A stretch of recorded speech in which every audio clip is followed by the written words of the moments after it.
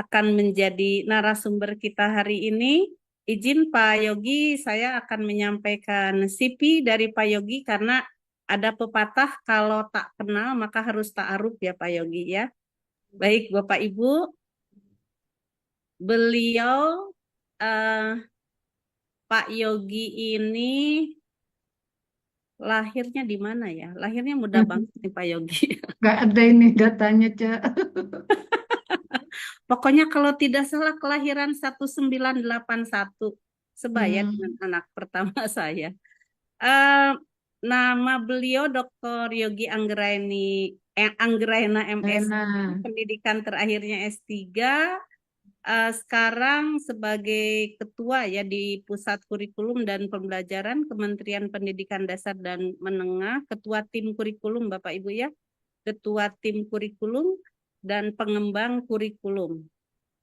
Kemudian S1 di IPB, S2 UI, S3 UPI dari 3 perguruan tinggi yang ternama di Indonesia ya. Ini dari 3 perguruan tinggi. Nah, kita lihat pengalaman kerjanya dalam bidang pengembangan kurikulum. Beliau penyusun kajian akademik kurikulum Merdeka, tim perumus Permendikbud Ristek nomor 12 tahun 2024, kemudian penelaah di panduan pengembangan kurikulum operasional satuan pendidikan, kemudian penelaah di panduan pengembangan proyek di P5, penelaah di panduan pembelajaran dan asesmen edisi revisi 2024, dan sekarang sudah panduan pembelajaran dan asesmen edisi revisi 2025 juga. Kajian akademik pemulihan pembelajaran, kemudian koordinator dan penyusun CP untuk matematika, kemudian penanggung jawab panduan penyusunan program pembelajaran individual, panduan pelaksanaan pendidikan inklusif, wow banyak banget. Kemudian karya tulisnya nih ada 3 juga. Dan yang terakhir pengembangan kurikulum matematika untuk meningkatkan kemampuan siswa dalam penalaran dan pemecahan masalah. Wow luar biasa Pak Yogi, anak muda hebat pokoknya. Baru 40 tahun ya, lebih 4 tahun usianya. Baik, Bapak Ibu, yang akan disampaikan Pak Yogi terkait dengan kebijakan Permendikdasmen nomor 13 tahun 2025. Mari kita simak dan nanti Bapak Ibu boleh raise hand ataupun menuliskan pertanyaan di kolom chat. Disilakan Pak Dr. Yogi. Baik, makasih Bu Nuraini. Assalamualaikum warahmatullahi wabarakatuh. Waalaikumsalam. Kami Waalaikumsalam. hormati Pak Agus, Pak Asep, Bu Nuraini, dan Ibu Bapak sekalian. Eh, izin pada hari ini untuk menyampaikan terkait dengan eh, update mengenai kebijakan di dalam kurikulum dan pembelajaran dengan terbitnya Permendikdasmen nomor 13 tahun 2025. Terkait dengan kurikulum dan pembelajaran ini kami sudah menerbitkan 2 peraturan di level standar dan 1 peraturan di level kurikulumnya. Di level standar ini sudah diterbitkan Permendikdasmen nomor 10 tahun 2025 tentang standar kompetisi lulusan. Poin yang disesuaikannya adalah dari 6 kompetensi yang perlu dimiliki anak setelah menyelesaikan studi dari 6 dimensi menjadi 8 dimensi, dari profil pelajar Pancasila menjadi profil lulusan. Ini dasarnya dituangkan dalam Permendikdasmen nomor 10 tahun 2025. Lalu yang selanjutnya di hari yang sama kami menerbitkan Permendikdasmen nomor 12 dan nomor 13. Nomor 12 ini adalah standar isi. Jadi dalam standar isi itu kami tanda kutip memfokuskan ke materi esensial sehingga ada beberapa muatan pembelajaran yang kita kurangi materinya. Nah, inilah yang kami tuangkan di dalam standar isi dengan terbitnya Permendikdasmen nomor 12. Untuk standar proses dan standar penilaian sampai saat ini belum direvisi. Kami sedang melakukan kajian sehingga untuk dua standar lagi belum direvisi sampai saat ini. Nah, setelah kedua standar ini terbit, maka kami pun menerbitkan Permendikdasmen nomor 13 tahun 2025, judulnya Perubahan atas Peraturan Menteri. Jadi narasi perubahan atas peraturan menteri ini narasi di dalam regulasi ya pada saat dengan terbitnya peraturan, karena ini adalah perubahan atas peraturan menteri, maka Permendikdasmen nomor 12 itu masih tetap berlaku. Jadi kalau yang SKL dan SI itu permen sebelumnya, jadi SKL nomor 5 2025 eh, 2 itu sudah dicabut, lalu standar isi nomor 8 tahun 2024 dicabut, diganti seutuhnya oleh Permendikdasmen ini. Tapi kalau untuk kurikulum ini kita tidak mencabut Permen nomor 12. Nomor 12 eh, itu tetap berlaku. Adapun pasal-pasal yang disebutkan dalam Permendik 13 itulah yang kemudian kita ubah. Jadi pasal-pasal yang terkait saja yang ada dalam nomor 13 yang diubah. Jadi misalkan pasal terkait dengan definisi di pasal ketentuan umum itu kan tidak ada dalam Permen 13, berarti dirujuknya masih ke Permen nomor 12. Lalu misalkan bagaimana keanggotaan sebagai ikut keanggotaan ekstrakurikuler itu pasal 24 itu tidak diubah, berarti diceknya di Permen 12. Nah, pasal-pasal yang berubah itu ada di Permendikdasmen 13. Jadi kalau yang ada pasalnya di nomor 13, berarti di Permen 12-nya sudah diubah. Tapi kalau tidak ada di dalam Permen 13, berarti masih menggunakan pasal Permen yang ada di 12. Jadi perubahan itu harus membuka dua dokumen. Permendikdasmen nomor 12 dan Permendikbudristek nomor 12 tahun 2024 dan Permendikdasmen nomor 13. Jadi pasal ini kok nggak ada pasal 1, pasal 24 lain. Nah, itu tuh adanya di Permen 12. Itu mungkin yang perlu disampaikan juga kepada Ibu apa ya. Jadi dengan terbit nomor 13 itu kita tidak mencabut nomor 12. Nomor 12 itu masih berlaku. Nah, yang berlaku adalah pasal-pasal yang tidak disebutkan di dalam Permendikdasmen nomor 13, maka masih buka yang Permen nomor 12. Nah, kalau yang pasal-pasal yang diubah itu dibaca di dalam Permen nomor 13 ini. Itu yang mungkin perlu pengantar juga perlu kami sampaikan di Bapak. Jadi membaca terkait kurikulum ini ada di dalam dua peraturan ini. Nah, selanjutnya Ibu Bapak, di dalam Permendikdasmen ini memang kurang lebih 8 pasal secara substansi yang kita perbaharui, tapi tujuan terkait dengan pembaharuan dalam Permendikdasmen ini adalah agar penerapan pendekatan pembelajaran mendalam ini ada di dalam kurikulum. Yang kedua adanya mata pelajaran coding dan kecerdasan artifisial. Jadi dasar utamanya itu ada dua hal tadi. Bagaimana penyesuaian dan pendekatan pembelajaran ini di dalam kurikulum.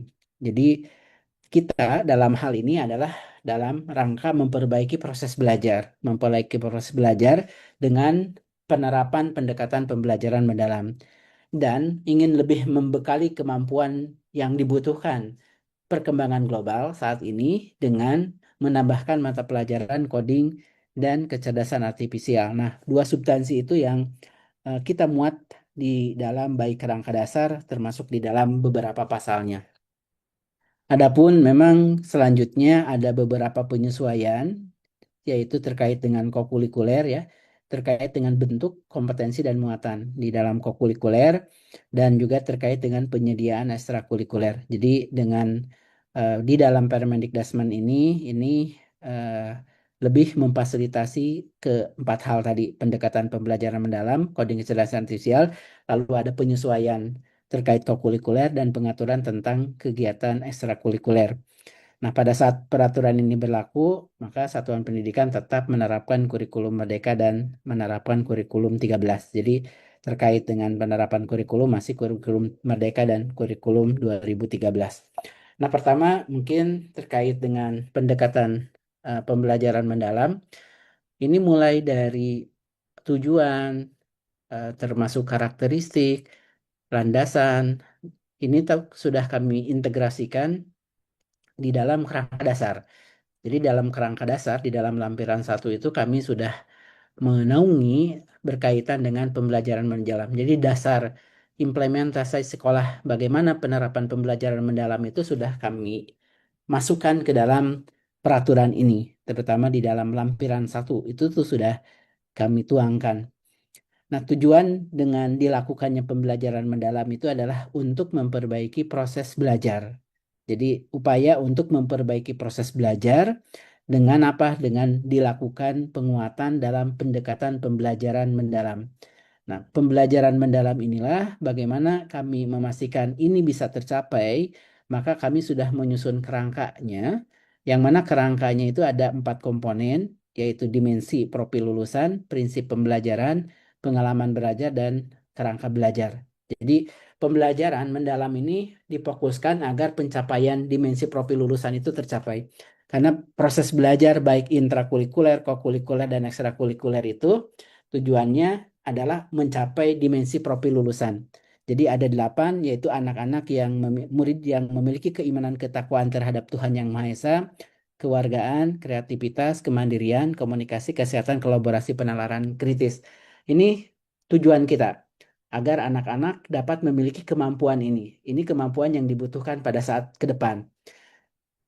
Nah, untuk mencapai ini, maka perlu diwujudkan dengan suasana dan proses belajar. Jadi, suasana belajar seperti apa agar tujuan itu bisa tercapai? Maka, suasana yang berkesadaran, bermakna, dan menggembirakan, itulah agar tujuan itu tercapai. Jadi, yang kemudian kita sebut sebagai prinsip pembelajaran mendalam. Jadi, pertama kita menetapkan tujuan. Tujuannya apa? Ada 6, ada 8. Setelah kita tetapkan tujuan, maka suasana belajar apa yang ingin kita hadirkan? Itu suasana belajar yang berkesadaran, bermakna, dan menggembirakan. Nah, setelah suasana belajarnya diwujudkan, maka pengalaman belajar yang dilalui anak harus seperti apa? Itulah yang kemudian kita sebut sebagai pengalaman belajar, yaitu anak perlu mengalami atau murid perlu mengalami pengalaman belajar, memahami, mengaplikasi, dan merefleksi. Nah, setelah pengalaman belajar dilalui, maka didukung dengan 4 hal, yaitu praktik pedagogis oleh guru yang fokus kepada pengalaman belajar yang autentik, lingkungan pembelajaran yang bervariasi, integrasi, serta memberikan keamanan dan kenyamanan pada murid, pemanfaatan teknologi digital ini sebagai katalisator, dan adanya kemitraan pembelajaran. Jadi kemitraan pembelajaran yang membentuk hubungan kolaboratif. Jadi tujuannya kita tetapkan, suasana kita wujudkan, pengalaman belajar yang dilalui anak didorong untuk mulai dari memahami, mengaplikasi, merefleksi, lalu didukung 4 hal, yaitu bagaimana lingkungan belajarnya, praktik pedagogik dan pemanfaatan digital, dan kemitraan pembelajaran. Inilah kerangka dari pembelajaran mendalam. Jadi kita menetapkan tujuan, suasana yang diwujudkan, pengalaman yang dilalui oleh anak, dan dukungan agar ini belajar agar bisa secara efektif mencapai tujuan yang kita tetapkan. Nah, inilah yang kemudian kami sudah muat di dalam peraturan ini terkait dengan kerangka pembelajaran mendalam. Jadi, dalam kerangka itu kita berbicara tujuan yang ingin dicapai, suasana yang ingin kita bangun, rute belajar yang akan dilalui anak, dukungan apa yang agar tadi tujuan, suasana, dan rute itu bisa dilalui secara optimal, maka dukungan apa yang perlu dimiliki. Nah, inilah yang menjadi kerangka pembelajaran mendalam. Nah, terkait dengan asesmen di dalam pembelajaran mendalam tetap ya menerapkan formatif dan sumatif, makanya sampai saat ini standar penilaian belum kita revisi, karena di dalam standar penilaian asesmen itu ada formatif dan sumatif. Formatif itu untuk mengidentifikasi kebutuhan dalam rangka memberikan umpan balik dalam proses belajar. Jadi untuk mengidentifikasi kebutuhan dan mengetahui proses belajar sebagai untuk memberikan umpan balik, ini bagian dari formatif. Nah, sumatif ini dilaksanakan untuk mengetahui capaian pembelajaran secara menyeluruh. Nah, ini bentuk asesmen itu sudah dituangkan di dalam standar penilaian dan belum kita revisi. Jadi bentuk asesmennya tetap adanya formatif dan adanya sumatif. Nah, yang lebih kita tekankan bagaimana asesmen autentik dan holistik itu bisa tetap diperkuat. Nah, Ibu Bapak, terkait dengan konsep saat ini ya, keberadaan profil lulusan tadi yang sudah kita tuangkan dalam Permendikdasmen nomor 10, ini tuh dicapainya melalui apa? Jadi profil lulusan itu adalah kompetensi yang dicapai setelah menyelesaikan pembelajaran mendalam. Ini untuk sedikit meluruskan nanti berkaitan dengan posisi intra dan ekstra.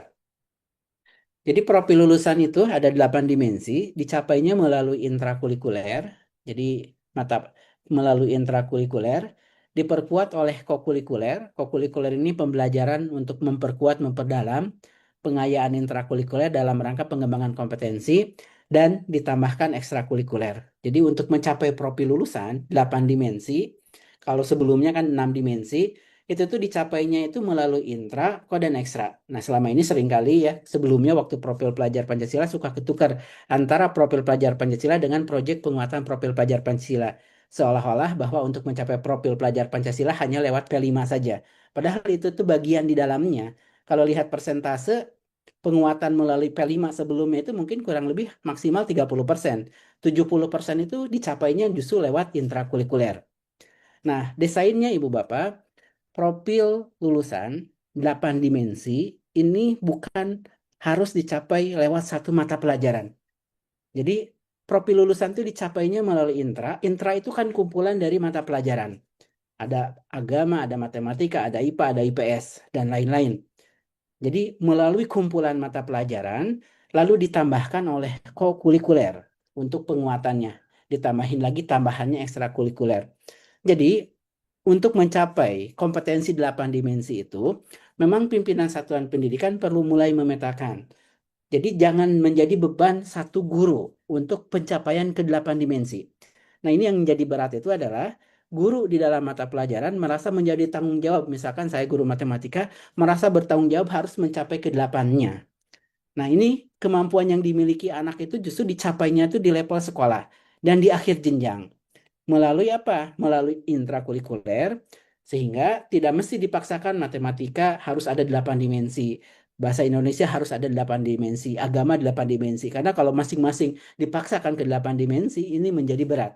Maka bisa jadi mungkin nantinya matematika beberapa dimensi, misalkan nalar kritis, kreativitas, kemandirian misalkan ya. Lalu PJOK misalkan kesehatan, kewargaan. Lalu agama misalkan keimanan, ketakwaan, komunikasi. Nah, setelah berbagai mata lini kolaborasi, maka terbangunnya 8 dimensi. Mungkin melalui intra sudah terbangun, tapi mungkin belum optimal. Kita perkuat. Yang namanya adalah kokurikuler. Makanya kokurikuler itu adalah kegiatan untuk memperkuat, memperdalam, dan memperkaya intrakurikuler dalam rangka pengembangan kompetensi tadi, terutama karakter. Jadi ke-8 dimensi itu dicapai melalui intra, diperkuat oleh kokurikuler, ditambahin ekstra. Nah, itulah yang desain untuk pencapaian profil lulusan. Nah, saat ini yang mungkin dalam prakteknya seringkali ke-8 itu dipaksakan oleh satu mapel, lalu dipaksakan juga kadang merasa tanggung jawab kokurikuler kemarin menjadi tanggung jawab P5, padahal itu tuh mungkin hanya 20 penunjang, 20%-an penunjang untuk pencapaian keseluruhannya. Nah, inilah yang mungkin perlu dipahami juga, bahwa profil lulusan itu dicapai oleh anak melalui berbagai kegiatan keseluruhan mata pelajaran, ditambahin lagi kokurikuler, ditambahin ekstra. Barulah terbangun kemampuan ke-6 dimensi profil lulusan ini. Nah, Ibu Bapak, dimensi profil lulusan ini terkait dengan iman, takwa, kewargaan, kreativitas, kemandirian, komunikasi, kesehatan, kolaborasi, dan penalaran kritis. Ini merupakan capaian pengetahuan, keterampilan, dan karakter. Nah, dan harapannya juga 8 dimensi profil lulusan ini pun nanti dapat menumbuhkan murid yang memiliki kepemimpinan yang efektif, yang berintegritas, profesional, dan transformatif. Nah, sekarang apa hal-hal saja? Tadi kan konsep secara umum ya, desain secara umum, posisi-posisi profil lulusan, posisi intra dan posisi ko dan ekstra gitu ya. Jadi bagaimana menempatkan keterkaitan tadi standar kompetensi lulusan sampai ke ada yang adanya kurikulum pencapaian profil lulusan tadi. Nah, kemudian inilah yang kemudian kita ada beberapa pembaharuannya. Jadi di dalam kurikulum itu, Ibu Bapak, ada yang namanya intra, ada yang namanya kokurikuler, dan ada yang namanya ekstrakurikuler. Nah, dan kurikulum itu ada kompetensi, ada muatan, dan ada beban. Ini mungkin pada pertemuan sebelumnya sudah saya sampaikan juga ya. Nah, ini untuk memperkuat saja. Intrakurikuler ini mempelajari mata pelajaran umum untuk memenuhi kurikulum. Kokurikuler itu memperdalam kompetensi tadi ya, intrakurikuler dan ekstrakurikuler untuk lebih mengasah minat bakatnya. Nah, intrakurikuler, di dalam intrakurikuler, Ibu Bapak, capaian kompetensinya kan berupa capaian pembelajaran. capaian pembelajaran itu tetap namanya masih capaian pembelajaran dan masih tetap ditetapkan per fase. Namun isinya memang kami ada penyesuaian. Karena tadi standar isinya kan ada dikurangi materinya, maka di dalam capaian pembelajaran kami sudah merevisi capaian pembelajaran. Di dalam capaian pembelajaran kami sudah tetapkan KEPK nomor 46 terkait dengan capaian pembelajaran. Jadi untuk intrakurikuler ini untuk mencapai tujuan yang sesuai jadwal ya. Lalu dirumuskannya dalam bentuk mata pelajaran, alokasi waktunya tetap per tahun. Nah, di dalam intrakurikuler itu ada penyesuaian agar lebih berfokus kepada materi esensial yang kemudian kami sudah tetapkan revisi dari keputusan Kabadan tentang capaian pembelajaran. Jadi sebelumnya nomor 32 tahun 2024, sekarang capaian pembelajaran nomor 46 tahun 2025. Jadi capaian pembelajarannya ada penyesuaian. Ini tidak ada pengurangan mata pelajaran, yang ada adalah penerapan mata pelajaran coding dan kecerdasan artifisial sebagai mapel pilihan. Jadi ini posisinya sebagai mata pelajaran pilihan karena kita ingin mengenalkan coding kecerdasan artifisial ini sebagai upaya merespon transformasi digital, menyiapkan generasi yang mampu berpikir kritis, sistematis, logis, beretika, dan bertanggung jawab. Nah, ini penambahannya mulai kelas 5 sampai kelas 12. Ini sifatnya pilihan, Ibu Bapak, dan penerapannya itu bertahap. Jadi tahun ajaran ini, 2025, penerapannya itu baru di kelas 5, kelas 7, dan kelas 10. Jadi mohon nanti untuk penerapan coding kecerdasan artifisial tidak dilakukan serempak keseluruhan jenjang karena di pasal 32A kami sudah atur bahwa mata pelajaran pilihan itu diimplementasikan mulai tahun ajaran 2025-2026 secara bertahap, mulai dari kelas 5, kelas 7, kelas 10. Nanti kami pun sudah meminta kemarin ke teman-teman Dapodik agar dikunci bahwa bisa dibukanya itu di kelas-kelas awal dahulu, di kelas 5, kelas 7, kelas 10. Dan untuk linearitasnya, insya Allah akan ada di dalam Kepmen gitu ya, untuk linearitas terkait dengan mata pelajaran coding dan kecerdasan artifisial ini. Nanti akan ada revisi Kepmen terkait dengan linearitasnya. Itu untuk intrakurikuler. Nah, sekarang ke kokurikuler. Jadi intrakurikuler ini tidak banyak penyesuaian ya. Mungkin penyesuaian nama mata pelajarannya lebih ke namahin mata pelajaran baru. Lalu nanti capaian pembelajaran masih tetap menggunakan capaian pembelajaran, tapi ada penyesuaian di dalam materi sehingga diterbitkannya KEPK nomor 46. Lalu di dalam kokurikuler, nah yang agak lumayan penyesuaian itu adalah di dalam kokurikuler. Ini hanya sedikit mengingatkan ya. Bentuknya kokurikuler itu sebelumnya bentuknya itu paling sedikit dalam bentuk P5. Jadi bentuknya sebelumnya paling sedikit dalam bentuk P5. Jadi P5 itu adalah salah satu bentuk dari kokurikuler. Jadi bedakan nanti ya kalau profil pelajar Pancasila, sebelumnya kan profil pelajar Pancasila itu adalah kompetensi yang harus dimiliki anak setelah anak belajar intra, ko, dan ekstra. Sedangkan P5 itu adalah bentuk dari kokurikuler. Jadi suatu kegiatan, suatu kegiatan untuk apa? Menunjang profil pelajar Pancasila, itu sebelumnya. Nah sekarang bentuknya menjadi lebih fleksibel, ini pun sudah sebelumnya mungkin pertemuan sebelumnya sudah saya sampaikan juga, dapat dilakukan melalui pembelajaran kolaboratif lintas disiplin ilmu, gerakan 7 kebiasaan anak Indonesia hebat, dan atau cara lainnya. Jadi mungkin ada metode-metode, ada bentuk-bentuk lain yang dalam rangka apa?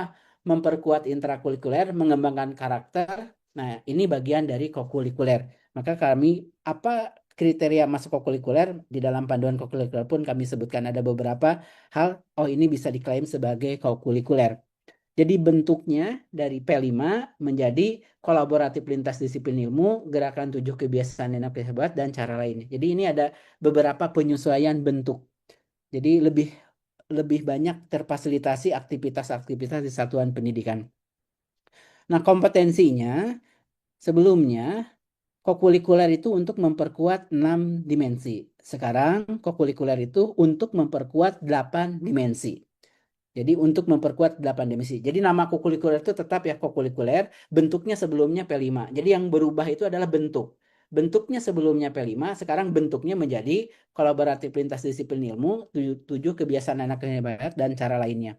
kompetensinya sebelumnya memperkuat 6 dimensi, sekarang memperkuat 8 dimensi. Nah, untuk muatannya berupa tema, sebelumnya temanya ditetapkan pemerintah, sekarang temanya ditetapkan oleh satuan pendidikan. Jadi, apakah ada batasan tema? Tidak ada. Tema bolehkah pakai yang sebelumnya? Silahkan. Tema buat baru silahkan. Itu menjadi kewenangan satuan pendidikan untuk tema. Nah, ini yang mungkin nanti terakhir saya akan coba sampaikan terkait pengulasan kokurikuler ya. Tapi perubahannya ini mulai dari bentuk, kompetensi, dan muatan. Dan implikasinya memang ke dalam asesmennya.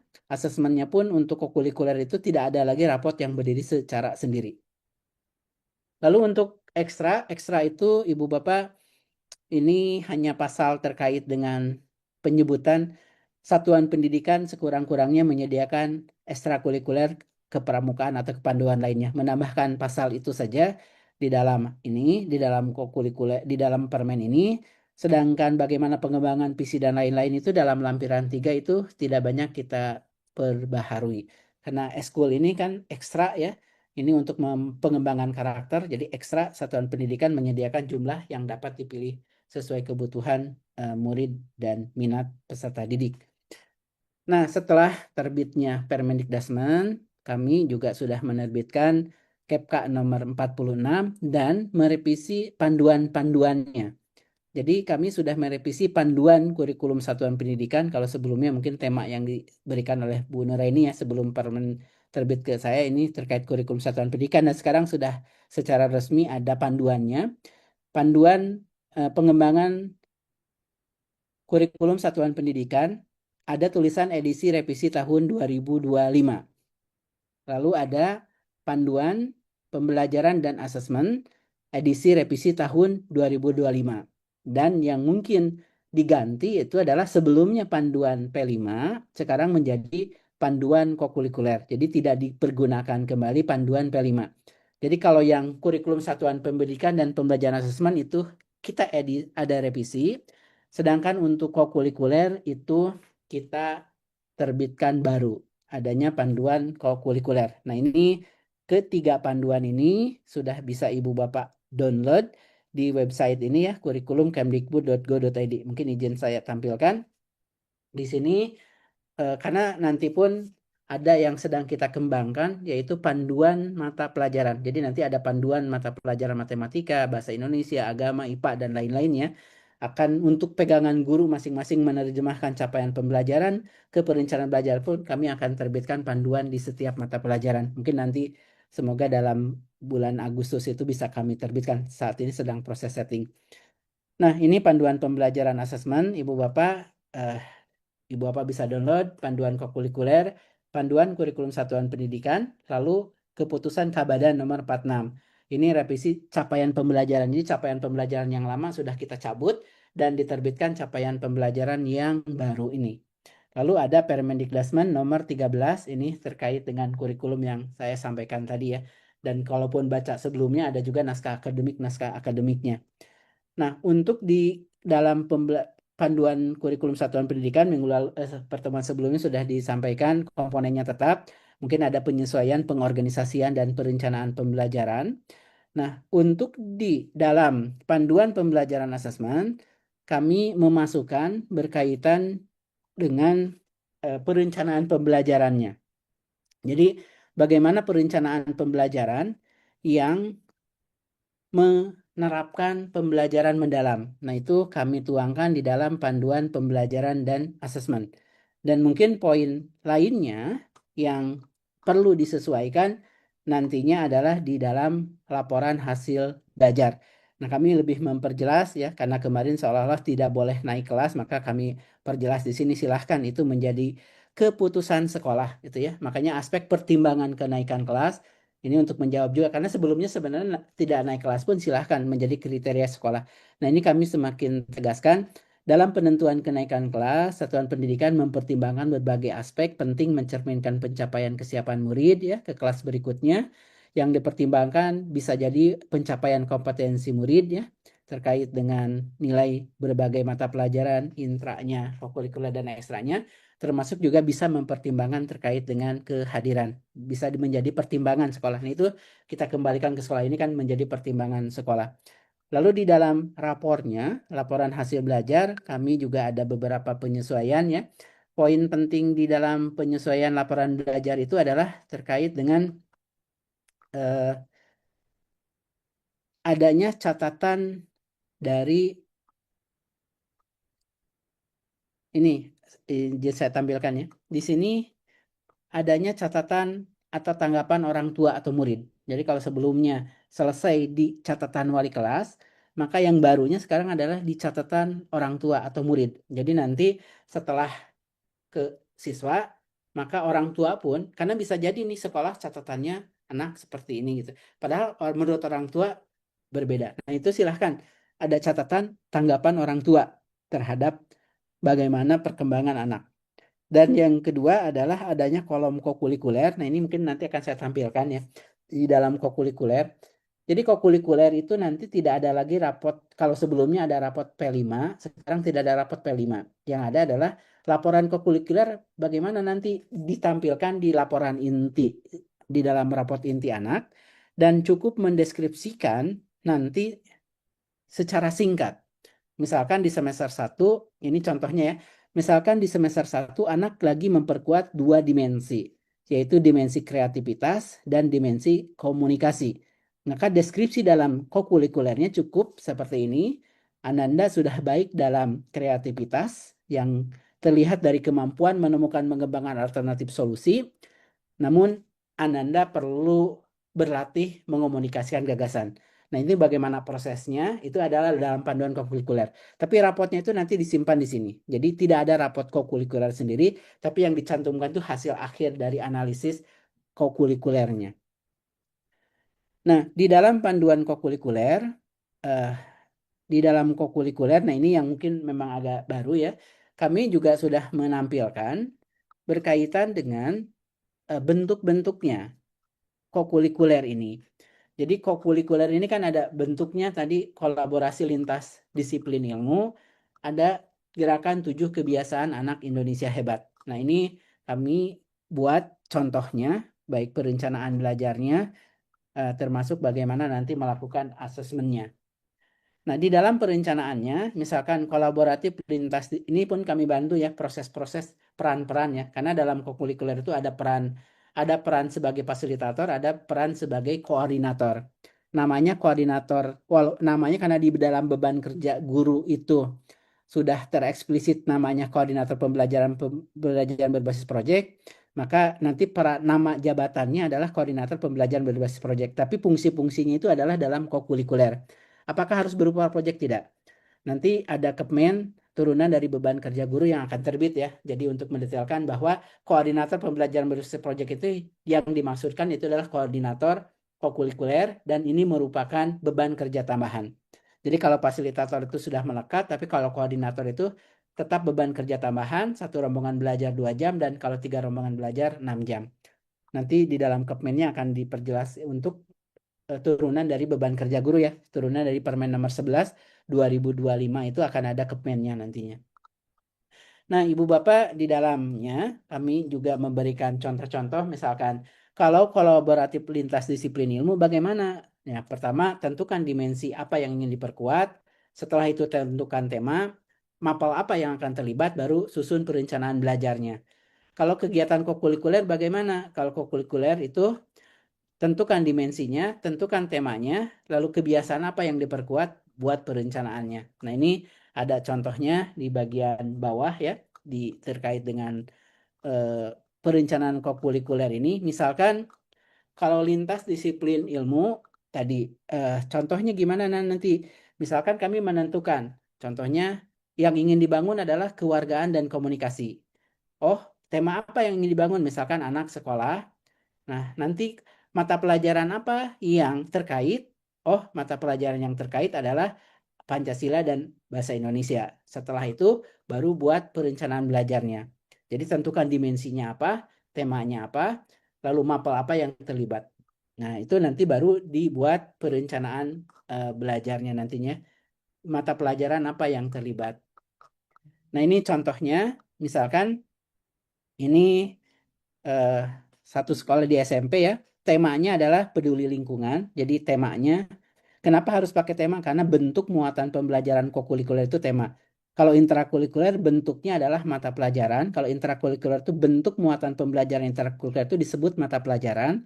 Tapi kalau bentuk muatan pembelajaran kokurikuler itu disebut tema. Nah, temanya ini silahkan di Bapak menjadi kewenangan. Ini contohnya tema adalah peduli lingkungan. Dimensinya penalaran kritis dan komunikasi. Di sini yang terlibat untuk diperkuat karena perlu lintas disiplin ya, adalah ada mata pelajaran IPA dan mata pelajaran bahasa. Lalu disusun nanti kegiatan-kegiatan untuk memperkuat kemampuan tadi ya. Nah, lalu contoh lainnya adalah gerakan 7 kebiasaan anak Indonesia hebat ya.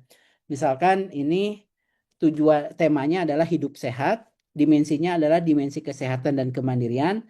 Tujuannya ini terkait dengan dimensi yang apa yang kuat. Misalkan aktivitasnya ini ya adalah melakukan senam atau senam anak Indonesia hebat. Nah, gerakan anak misalkan hari Selasa, hari Kamis, nah kegiatan-kegiatan inilah yang merupakan tujuan untuk memperkuat dimensi kesehatan dengan tema hidup sehat, maka dilakukan aktivitasnya adalah senam anak Indonesia hebat misalkan. Nah, dibuatlah kegiatan yang sudah rutin. Nah, kokurikuler itu tidak bisa insidental hanya sekali selesai, tapi memang sudah terencana dan berkelanjutan. Nah, ini contoh-contoh perencanaan belajarnya. Nah, Ibu Bapak, lalu penilaiannya bagaimana? Nah, penilaiannya kami pun ada penjelasan di dalam panduan ini. Kalau untuk lintas disiplin ilmu, misalkan tadi IPA dan Bahasa Indonesia, bagaimana penilaiannya? Apakah bisa diintegrasikan dalam intra? Bisa. Tidak, nggak apa-apa. Jadi menjadi kewenangan sekolah. Kalau mau diintegrasikan, oh akhirnya setelah belajar bahasa dan tadi IPA itu semakin kuat pemahamannya, semakin bagus penguasaannya, sehingga meningkatkan berpengaruh terhadap nilai IPA-nya, lalu diolah menjadi nilai IPA dalam rapot, silahkan itu menjadi kewenangan sekolah. Kalaupun tidak apa-apa. Nah, lalu untuk keseluruhan terkait dengan kokurikuler bagaimana? Nah, untuk pelaporan kokurikuler itu, Ibu Bapak kan mungkin di dalam prosesnya selama kegiatan kan dilakukan observasi ya, dilihat. Nah, mungkin dari pengamatan berdasarkan rubrik misalkan, dilihat anak misalkan dimensi yang ingin dibangun semester ini adalah kesehatan, misalkan kreativitas, lalu dengan komunikasi. Setelah dilakukan identifikasi melalui rubrik, ternyata kreativitasnya itu baik, bernilai B. Lalu komunikasinya bernilai kurang atau cukup. Maka nanti setelah diperoleh, kita tuangkan hasilnya di akhir semester ke dalam catatan yang dituangkan ke dalam rapot inti siswa. Jadi proses tadi ya setelah diidentifikasi, oh anak baik cukup, maka diambil hanya bagian ininya saja. Nah, ini contohnya ya.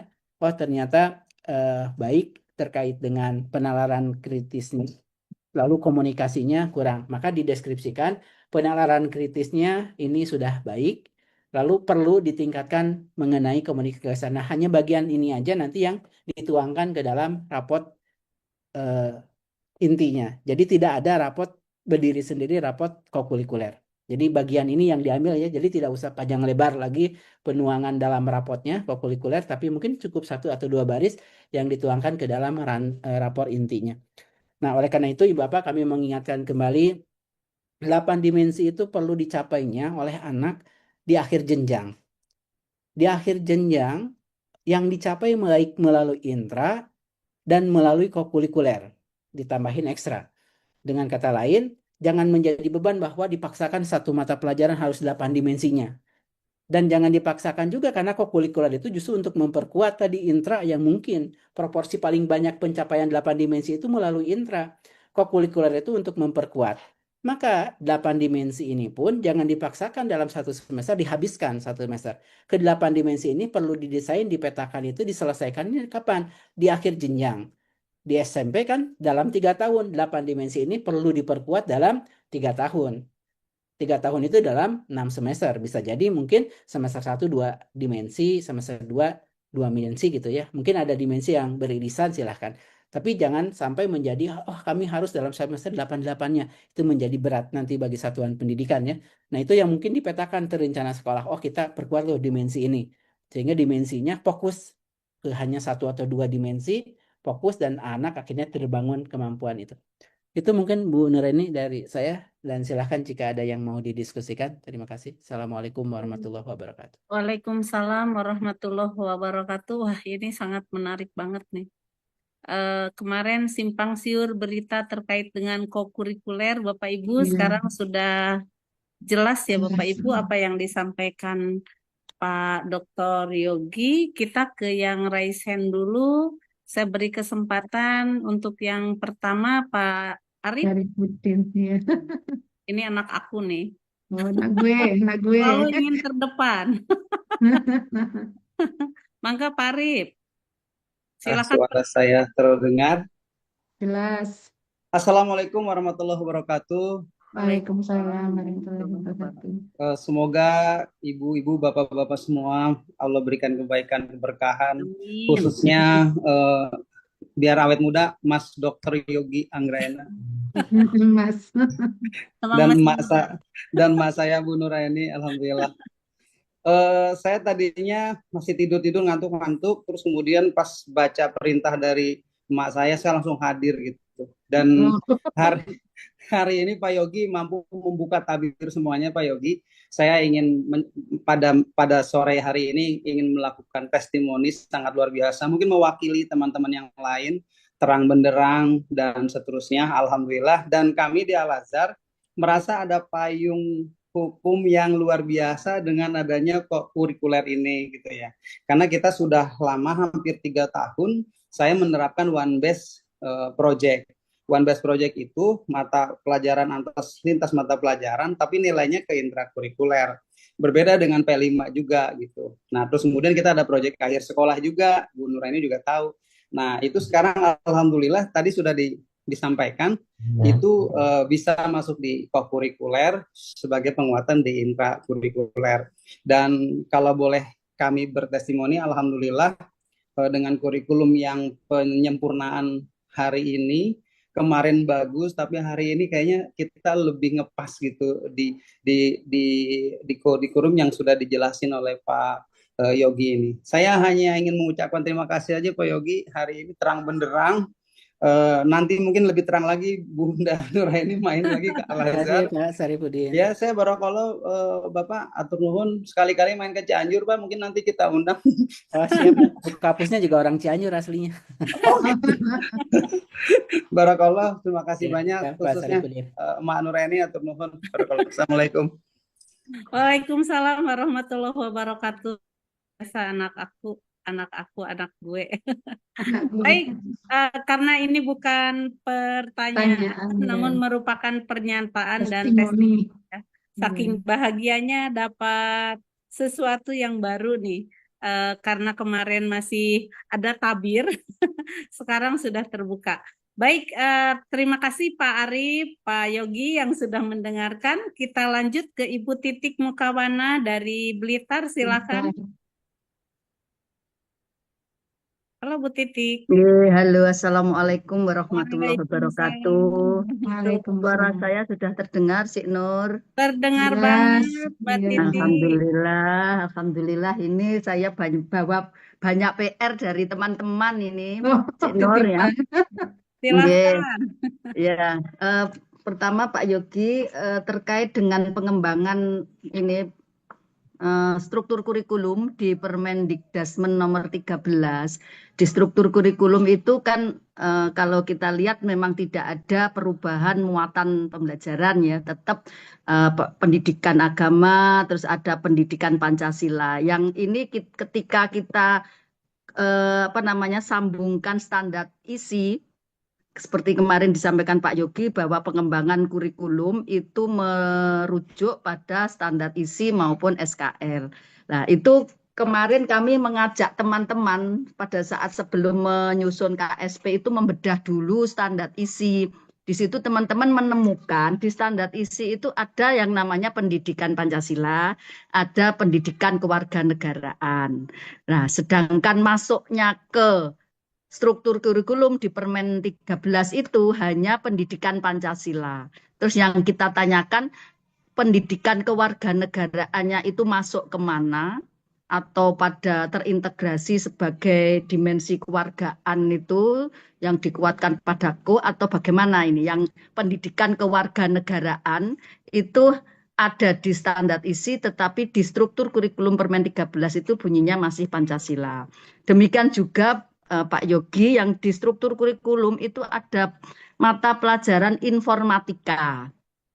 Tetapi di standar isi kita tidak menemukan sebutan informatika atau apakah itu ada di dalam matematika. Kalau kita lihat di standar isi itu ada matematika, poin A-nya itu matematika sendiri, poin B-nya itu ada teknologi digital. Nah, kami menganggap teknologi digital di bawah matematika itu codingnya itu gitu. Ini mohon pencerahan itu ya antara Permen 13 dengan standar isi. Terus pertanyaan yang kedua Pak Yogi, itu banyak teman-teman yang menawar kokurikuler karena kokurikuler itu menguatkan intra. Bagaimana jika itu tetap disatukan? Jadi misalnya agama yang 3 JP, 1 JP itu kokurikuler, berarti nanti disatukan agama itu 4 JP, misalnya seperti itu. Semuanya langsung diinkludkan. Sehingga karena di SD itu guru kelas, sehingga kegiatannya itu ya cukup oleh kolaborasinya ya oleh guru itu sendiri melekat pada jam-jamnya mapel intra. Itu bolehkah seperti itu? Tetapi jawaban saya sementara, saya tidak bilang boleh atau tidak. Tetapi itu bukan berarti 1 JP itu miliknya agama, miliknya PKN, enggak. Tapi itu semuanya adalah untuk kolaborasi lintas mapel. Mohon ini ada pencerahan Pak Yogi. Terima kasih atas kesempatan yang diberikan. Assalamualaikum warahmatullahi wabarakatuh. Waalaikumsalam. Sampai lupa Bu Titik, Mukawanah itu adalah pengawas SD dari Kabupaten Blitar, Pak Yogi. Ya, Untuk awalnya SMP Cek Nur, awalnya SMP. SMP, tetapi di 2025 ini di Kabupaten Blitar kebijakannya itu sekarang lintas jenjang. Jadi saking bahagianya ya ketemu Pak Yogi karena akan Iya. mendapatkan jawaban dari apa yang ditanya. Nggih, terima kasih. Betul, Baik, Cek terima kasih Nur. Bu Titik.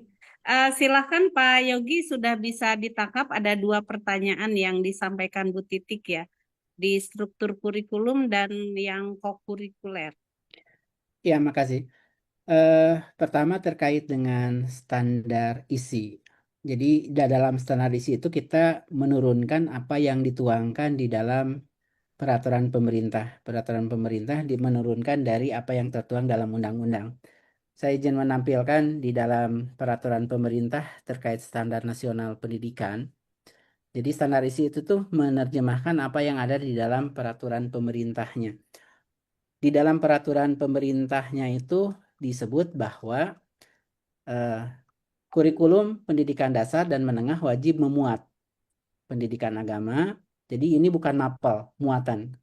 Jadi wajib memuat pendidikan agama, pendidikan Pancasila, kewarganegaraan, bahasa, matematika, IPA, IPS, seni, dan lain-lain. Wajib memuat ini ya. Wajib memuat ini. Yang kemudian, ini yang wajib memuat inilah yang diterjemahkan ke dalam standar isi. Jadi di sini bukan mata pelajaran. Ini adalah muatan pembelajaran. Jadi beda antara muatan pembelajaran dan mata pelajaran. Nah, sekarang saya tampilkan standar isinya. Jadi di dalam standar isi itu kan wajib memuat. Nah, makanya cakupan-cakupan yang ada dalam standar isi itu adalah menerjemahkan apa yang ada di dalam SNP. Nah, di dalam standar isi itu kemudian ini kan wajib memuat ya pendidikan agama dan lain-lain yang kemudian kita terjemahkan lebih lanjut di dalamnya. Di sini kita menyebut ruang lingkup materi. Jadi ruang lingkup materi tidak sebagai mata pelajaran. Ini adalah sebagai muatan pembelajaran. Jadi muatan pembelajaran yang tadi dideskripsikannya ada bahasa, ada matematika, ada IPA, ada IPS gitu ya. Jadi muatan pembelajaran yang diterjemahkan di dalam tertuang di dalam di dalam standar di dalam SNP dituangkan ke dalam standar isi. Nah, sekarang kasus berkaitan dengan pendidikan Pancasila dan kewarganegaraan. Jadi Ibu Bapak, muatan di dalam standar isi itu kan sesuai PPSNP ada muatan. Jadi bukan mata pelajaran ya. Ada muatan pendidikan Pancasila, ada muatan pendidikan kewarganegaraan. Inilah komponen-komponennya. Ada sejarah kelahiran Pancasila, DSD, sila-sila Pancasila, norma aturan. Nah, muatan ini, muatan pendidikan Pancasila dan pendidikan Pancasila kewarganegaraan, kemudian kami susun menjadi satu nama mata pelajaran, disusun menjadi bentuk baru yang namanya mata pelajaran. Mata pelajarannya apa? Nah, kemarin kami sepakat pakai namanya adalah pendidikan Pancasila. Pendidikan Pancasila isinya itu adalah muatan-muatan ini. Jadi yang namanya pendidikan Pancasila adanya muatan yang A sampai E di pendidikan Pancasila dan ada A sampai C di pendidikan kewarganegaraan. Jadi ini hasil dari diskusi terutama dengan BPIP, kami menyepakatinya namanya adalah mata pelajaran pendidikan Pancasila. Jadi muatan-muatan tadi menjadi mata pelajaran pendidikan Pancasila. Muatan di dalamnya ada dua hal ini. Sama dengan ini di dalam muatan di sini adalahnya muatan ilmu pengetahuan alam, muatan ilmu pengetahuan sosial, muatan inilah kemudian kami susun menjadi namanya mata pelajaran ilmu pengetahuan alam dan sosial. Jadi standar isi itu kami tidak, Ibu Bapak mungkin bisa dicek di sini tidak ditemukan kata mata pelajaran. Jadi bentuk dari muatan adalah mata pelajaran. Nah, mata pelajaran inilah yang kami turunkan dari muatan-muatan ini. Jadi bentuk-bentuknya, misalkan kita namanya perencanaan pembelajaran. Itu adalah muatannya. Bentuknya apa? Bentuknya bisa RPP, bisa modul ajar, bisa unit plan. Jadi bentuk real dalam berupa mata pelajaran itulah yang kemudian ada dalam struktur kurikulum. Jadi di sini ya ada contohnya muatan pendidikan Pancasila, muatan kewargaan, kami susun menjadi mata pelajaran pendidikan Pancasila. Nah, muatan itu tuh ada keduanya di dalam pendidikan Pancasila. Hal yang sama dilakukan muatan ilmu pengetahuan alam di SD, muatan ilmu pengetahuan sosial di SD, menjadi mata pelajaran ilmu pengetahuan alam dan sosial. Kalau ini dua muatan digabung jadi satu mapel. Kalau di SD kecenderungannya dua muatan digabung jadi satu mapel. Berbeda dengan di SMK. SMK itu justru satu muatan dipecah menjadi kadang ada 5 mata pelajaran, ada 6 mata pelajaran.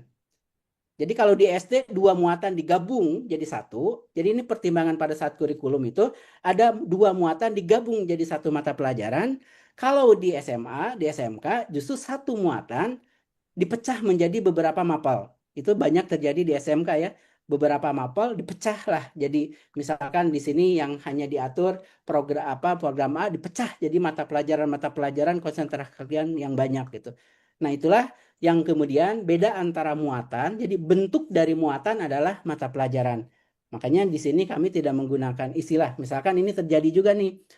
Muatannya adalah pendidikan jasmani olahraga. Ini muatannya di dalam standar isi. Kenapa harus PJOK? Nggak ada, karena dalam PP-nya, dalam undang-undangnya bisa Ibu cek juga undang-undangnya pendidikan jasmani olahraga.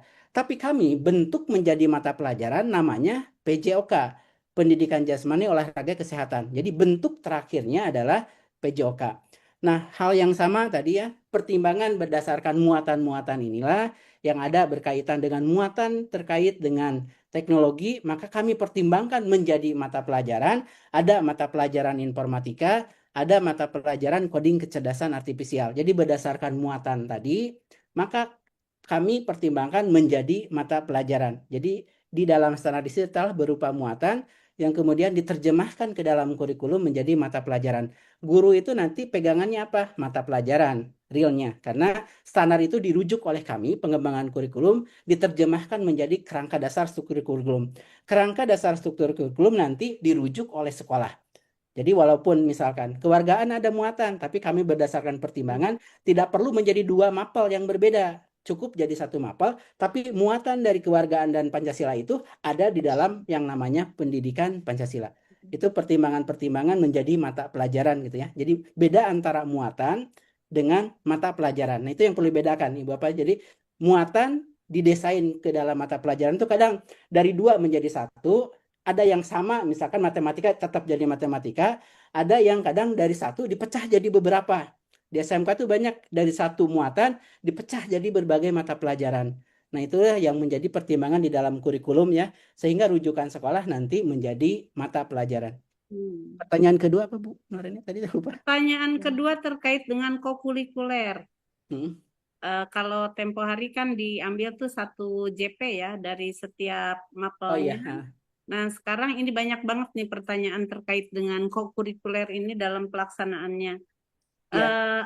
Apakah masih tetap disatukan misalnya untuk pendidikan agama dan budi pekerti 3 JP menjadi 4 JP, yang satunya untuk kokurikuler, ataukah dari 3 menjadi 2, 1 untuk kokurikuler?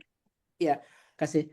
Jadi kokurikuler ini kan kita definisikan adalah kegiatan untuk memperkuat, memperdalam, memperkaya intrakurikuler dalam rangka pengembangan karakter, pengembangan kompetensi, terutama karakter. Nah, kalau intrakurikuler, kompetensinya itu langsung capaian pembelajaran. Jadi kalau intrakurikuler, kompetensinya itu langsung ke capaian pembelajaran, ke mata pelajaran. Kalau kokurikuler itu kompetensinya itu kita merujuk ke alur perkembangan kompetensi profil lulusan. Jadi langsung untuk memperkuat kompetensi tadi. Nah, pada saat itu pun kami kemarin pada saat menerjemahkan ke bentuk-bentuk kokurikuler tadi ya, itu menjadi diskusi yang cukup alot gitu ya pada saat kami memutuskan. Nah, salah satu penguatan yang dilakukan di dalam pembelajaran mendalam. Nah, salah satu konteks pembelajaran mendalam, salah satu konsen kita pembaharuan kurikulum ini, penyesuaian kurikulum itu kan adalah penerapan pembelajaran mendalam. Nah, salah satu poin penting di dalam pembelajaran itu adalah menuntut kolaborasi lintas disiplin ilmu. Jadi yang tidak berdiri sendiri-sendiri.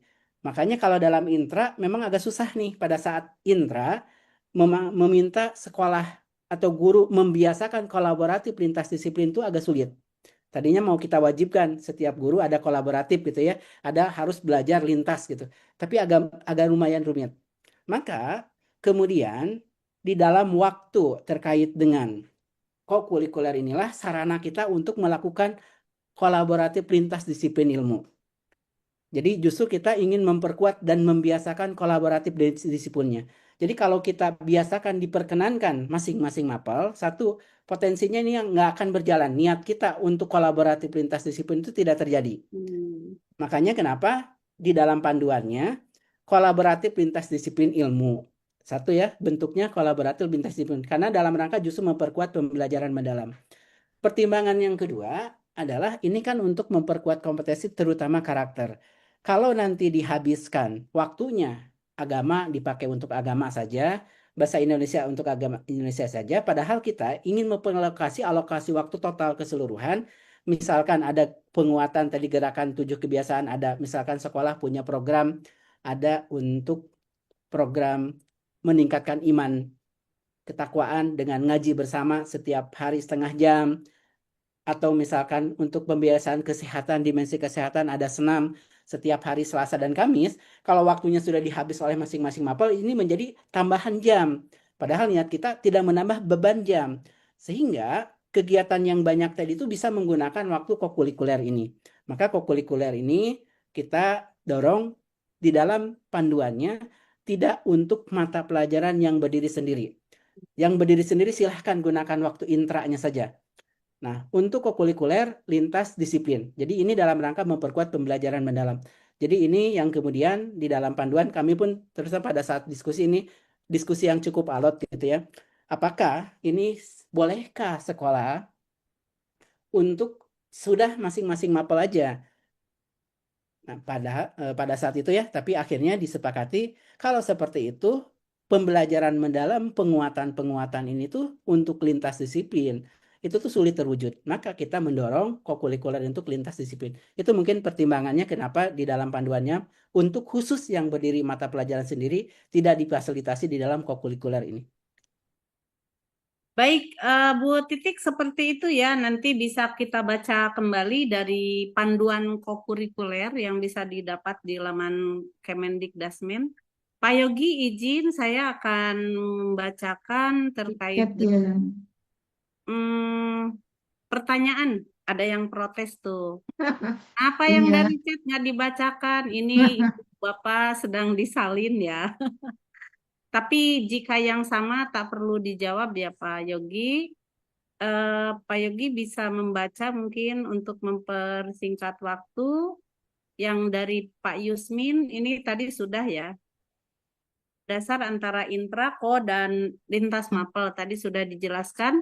Penjadwalan molekuler apakah dilaksanakan pada jadwal ini barusan banget dijelaskan. Kemudian dari Pak Hamzah,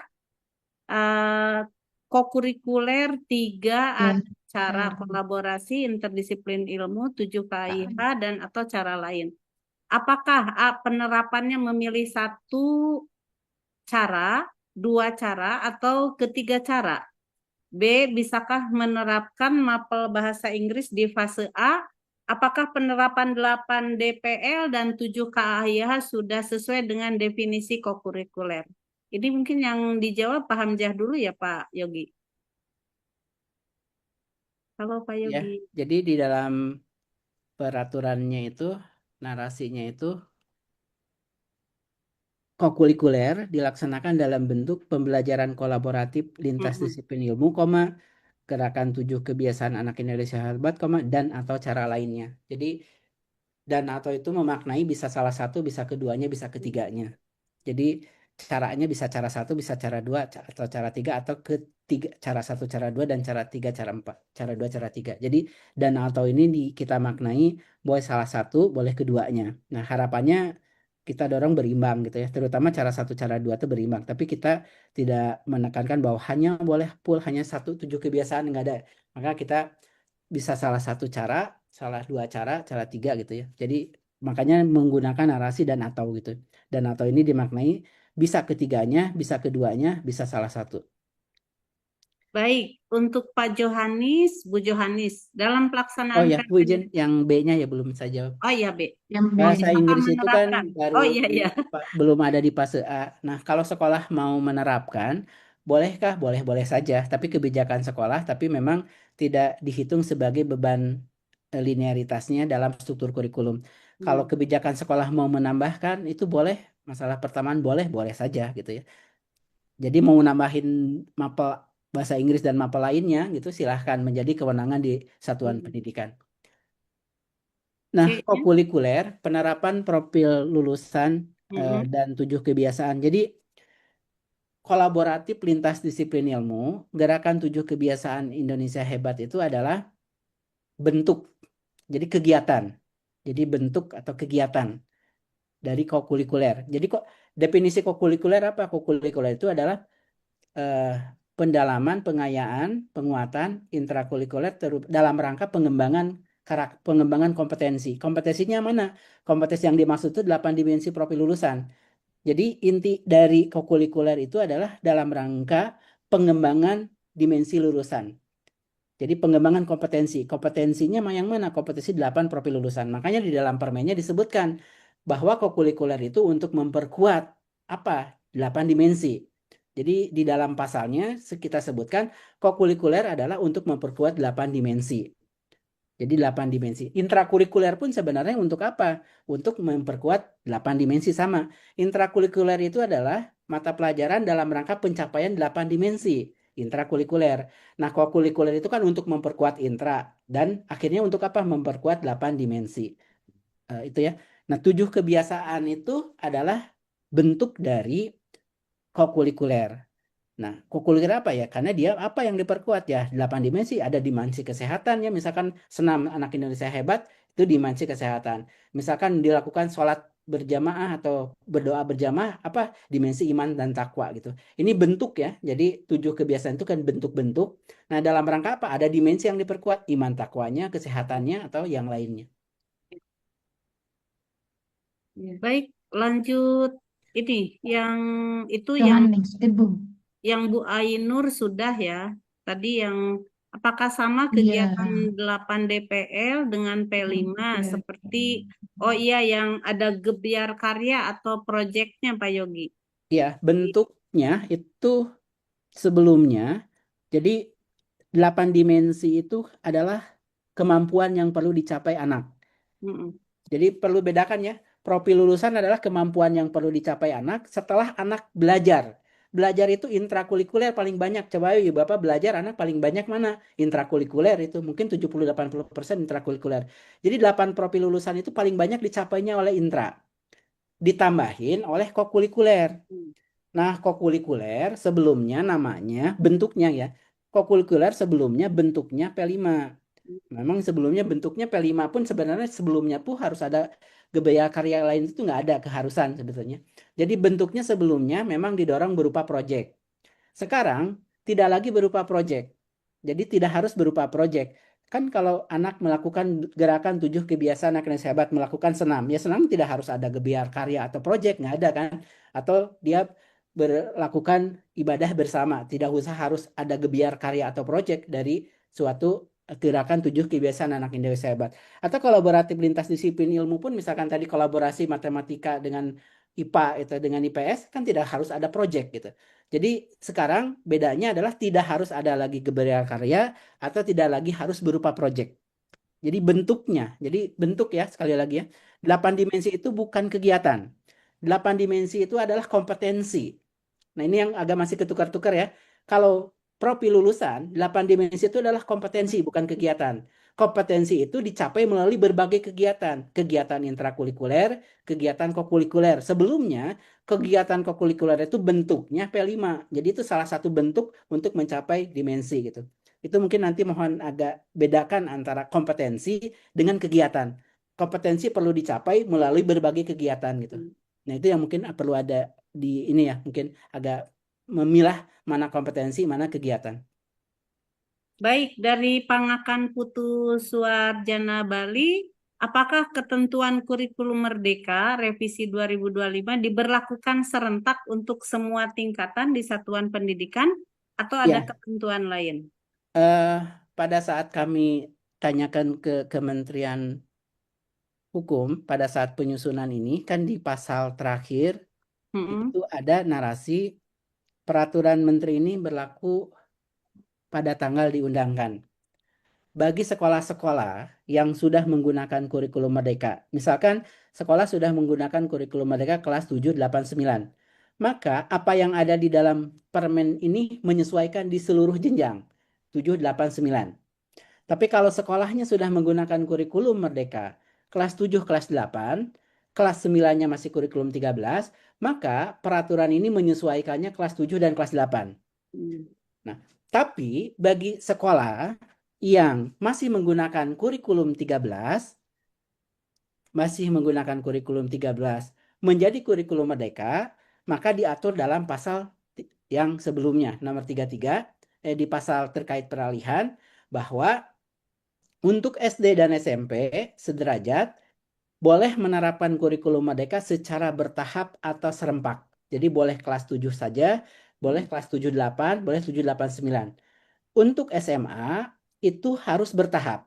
SMA dan SMK harus bertahap. Ini bagi yang K13 ke kurikulum Merdeka ya. Tapi bagi yang sudah menggunakan kurikulum Merdeka, diterapkan sesuai dia menerapkannya sudah sampai kelas berapa. Jadi kalau dia sudah menerapkannya, misalkan 10, 11, 12, maka dia disesuaikannya 10, 11, 12.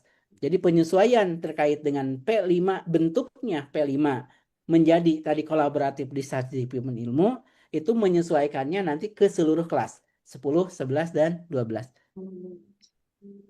Ya, baik, kita kembali dulu kayaknya Bu Lisa ya. Iya. Resen dulu. Kita penuhi dulu yang chat. Oh, yang Ya, ada Bu Florencia, silakan Bu. Perkenalkan diri dulu. Baik, kalau belum merespon dari Banda Aceh, Bu Ade silakan perkenalkan diri dulu. Dibuka audionya, Bu. Ada Bu Flor ada. Silakan. Silakan, Bu Flores. Rugi kalau dilewatkan Ibu. Ada rugi. Ini sore untuk Sore. Bapak Yogi. Wah, mantap Provisiat. Cerah sekali hari ini. Walaupun di tempat saya mendung, tapi saya cerah. Makasih Bu Nuraini atas kesempatan yang diberikan. Tadi saya sudah tulis di kolom chat, tapi puji Tuhan saya dapat giliran untuk berbicara langsung. Yang pertama tentang muatan kurikulum di Permendikdasmen nomor 13. Di muatan kurikulum SMP itu ada mata pelajaran wajib dan mata pelajaran pilihan. Wajib itu saya tidak bertanya karena berjalan seperti biasa. Untuk mata pelajaran pilihan ada coding dan KKA dan mulok. Yang namanya pilihan berarti kami memilih, ini pengertian kami Bapak, memilih salah satu. Apakah itu benar? Kalau sudah pilih coding, berarti mulok tidak. Atau sudah memilih mulok, coding tidak. Seperti itu. Itu butuh penjelasan. Yang kedua, pada mata pelajaran, di standar isi, kalau tidak salah yang tadi disampaikan, ada muatan bahasa. Bahasa Inggris asing, bahasa Indonesia, dan bahasa daerah. Terus bahasa daerah kalau tidak salah bisa atau bisa diajarkan lewat mulok. Seperti itu Pak. Dan kalau kami memilih mulok, memilih bahasa daerah dalam mulok, harus menggunakan aturan atau ketetapan yang ditetapkan oleh pemerintah daerah. Tapi dalam hal ini di kabupaten kami belum ada ketetapan tentang pembelajaran bahasa daerah. Apakah kami bisa memilih mulok lain atau bagaimana Pak Yogi? Itu yang kedua. Yang ketiga untuk kokurikuler. Banyak ini Pak Yogi. Ini perwakilan juga Pak Yogi. Apalagi dari jauh ini anak tirinya Ibu Nuraini jauh sekali. Untuk yang ketiga tentang saya lupa, saya banyak omong akhirnya saya Tentang kokurikuler ya Bu. kokurikuler. Iya. Koordinator kokurikuler. Apakah koordinator kokurikuler di SMP itu bisa kelas 1, kelas 7 1 orang, kelas 8 1 orang, kelas 9 1 orang. Terus fasilitator berapa orang setiap satu rombel atau bagaimana Pak? Nanti Pak tolong jelaskan. Terus saya mau bertanya tentang ekuivalen 2 jam tatap muka. Yang mendapatkan itu apakah koordinatornya atau fasilitator? Kalau fasilitator 3 orang, apakah 3 orang itu masing-masing mendapatkan 2 JP? Itu saja Pak Yogi, terima kasih. Baik Bu jawabannya. Florella, ada 4 pertanyaan nih. Iya. Terkait mulok Baik. Pak Yogi, karena Ya, belum baik, ada makasih. ketetapan ya. Saya izin tampilkan ya Ya, peraturan boleh. nya. Ibu Bapak di dalam peraturan ini tolong diperhatikan di sini ya. Kolom itu walaupun menjorok sedikit itu beda makna.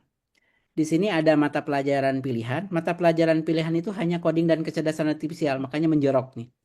Kalau muatan lokal itu bukan mata pelajaran pilihan. Ya.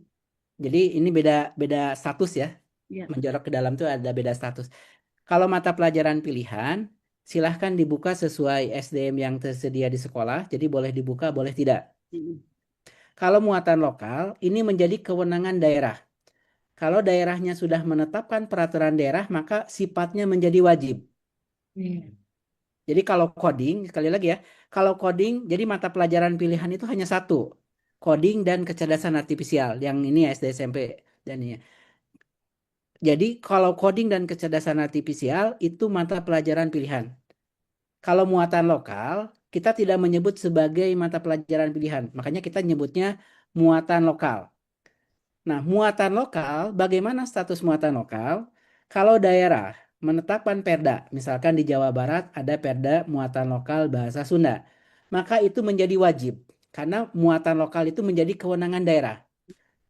Tapi kalau di daerahnya belum ada peraturan daerah, maka dibuka atau tidak? Ya tidak harus dibuka. Jadi muatan lokal itu akan jadi wajib kalau daerahnya sudah menetapkan peraturannya.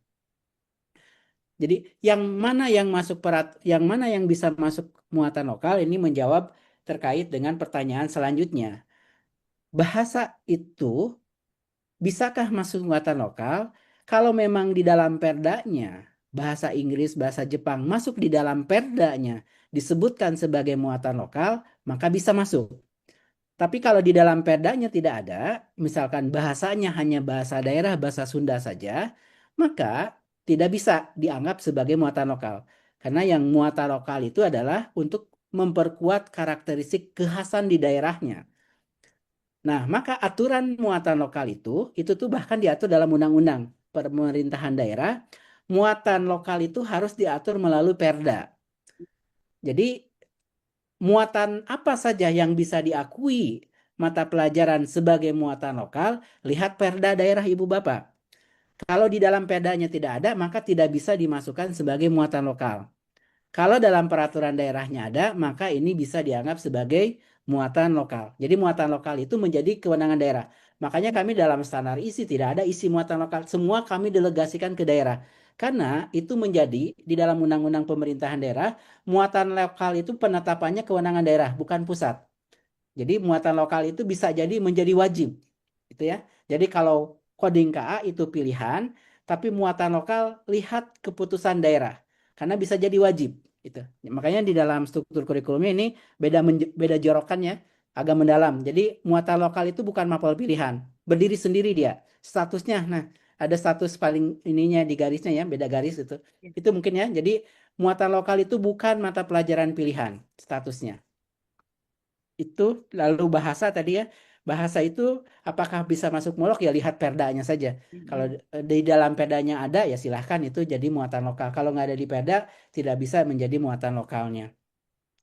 Lalu untuk kokurikuler itu Ibu Bapak ada fungsi sebagai fasilitator, ada fungsi sebagai koordinator. Siapa yang bisa jadi fasilitator?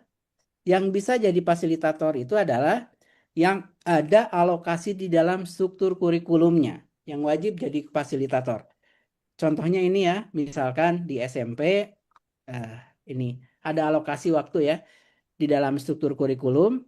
Misalkan guru Pancasila, kan dia dihitung di dalam dapodiknya 3 jam, tapi ngajarnya hanya 2 jam. Maka dia berkewajiban menjadi fasilitator. Kenapa jadi wajib fasilitator? Karena dia beban mengajar di input 3 jam, tapi ngajar hanya 2 jam. Maka dia masih punya hutang 1 jam yang harus dituntaskan sebagai fasilitator. Maka siapa yang bisa menjadi fasilitator? Ibu Bapak lihat struktur kurikulum, kalau ada alokasi kokurikuler, maka dia harus menjadi fasilitator. Di SMP misalkan ini agama jadi fasilitator, Pancasila fasilitator, matematika fasilitator.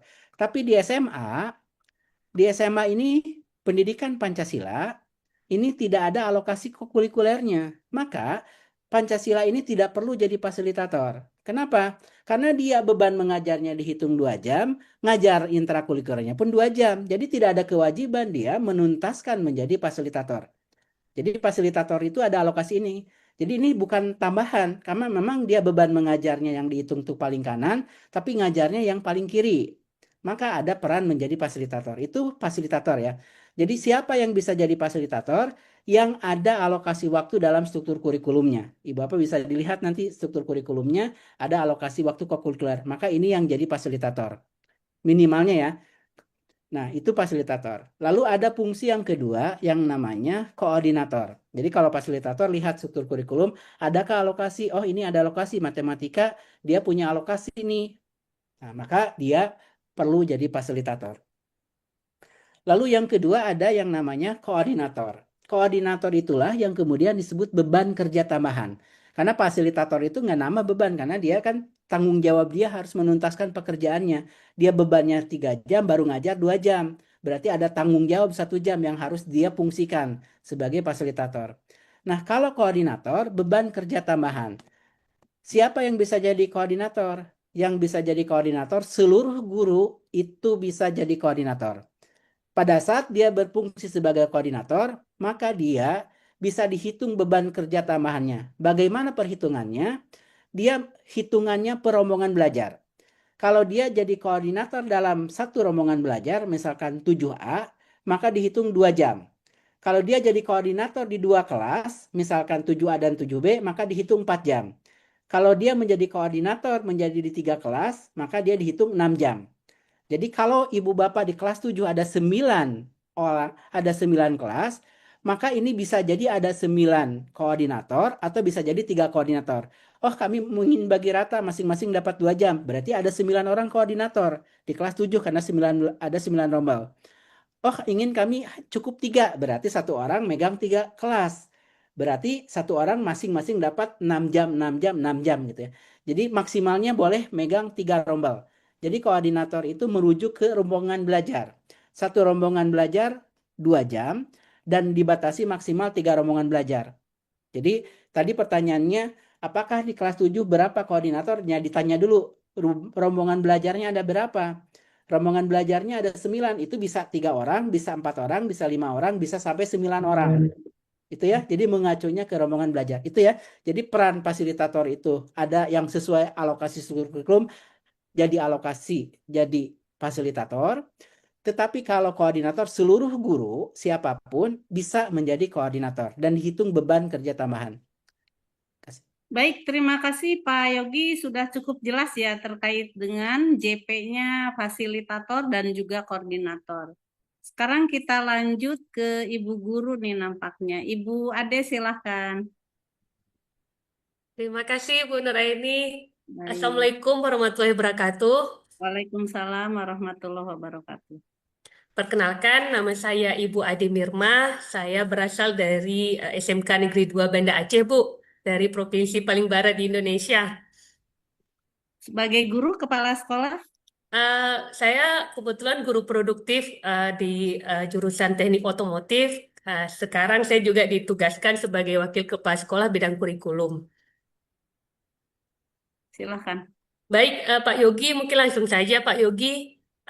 Sekolah SMK kan sekolah kejuruan ya Pak. Untuk SMK Negeri 2 Banda Aceh, kami mempunyai 12 konsentrasi keahlian. Yang mau saya tanyakan di sini mengenai pemilihan tema co-curricular yang akan kita laksanakan.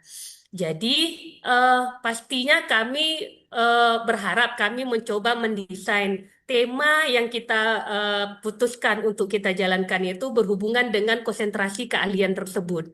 Supaya kekhasan kejuruan itu tetap ada. Misalnya nih, kami sudah memplanningkan membuat program proyeknya itu adalah servis gratis 20.000 kilometer oleh para siswa dari teknik otomotif. Kemudian kan di situ ada lintas mapel yang akan kami coba kembangkan. Ada matematika, bahasa Indonesia, bagaimana komunikasi siswa, dan mapel yang lain. Hari ini yang kami ingin coba tanyakan, di dalam struktur kurikulum Permendikbud nomor 13 tahun 2025, tadi kan ada alokasi intrakurikuler dan alokasi co-curricular. Bagi guru agama yang di kelas 10 itu tidak ada alokasi co-curricularnya. Sedangkan kita dengan kekhasan Aceh juga pasti kami berharap dalam program atau tema yang akan kami laksanakan di servis gratis 20.000 kilometer tersebut pasti harus ada nilai-nilai keagamaan yang harus anak-anak juga sampaikan atau siswa laksanakan. Bagaimana itu Pak? Ketika di dalam struktur kurikulumnya tidak ada alokasi co-curricularnya, sedangkan di dalam proses pelaksanaannya kita butuh mapel tersebut atau guru tersebut sebagai bagian dari proyek yang akan kita laksanakan. Itu yang pertama, Pak. Kemudian yang kedua, mengenai koordinator tadi, Pak. Ini mungkin lanjutan dari yang sebelumnya. Koordinator dari proyek lintas tadi yang ekuivalensi 2 JP di setiap kelasnya. Maksimal dia mengampu 3 kelas, 6 JP. Hari ini kami mempunyai 30 rombel untuk kelas 10 dan kelas 11. 16 rombel di kelas 10 dan 14 rombel di kelas 11. Dengan 30 rombel itu pasti kalau kita bagi 3 ada 10 koordinator yang nanti akan terinput di dapodik mereka atau ekuivalensi di dapodik mereka. Sekarang yang mohon arahan dari Pak Yogi, guru mana saja yang kami prioritaskan untuk menjadi koordinator tersebut. Karena hari ini untuk kecukupan jam itu semua guru berebut. Karena mengambil jam tambahan di sekolah luar tidak terakui lagi. Jadi para bapak ibu guru kita tersebut sangat berlomba-lomba lah untuk mendapatkan jam-jam tambahan seperti itu. Mungkin itu saja Pak Yogi, mohon arahannya. Terima kasih Bu Nuraini. Baik, Bu Ade, ada 2 pertanyaan ya Pak Yogi, sudah bisa ditangkap yang pertama dulu.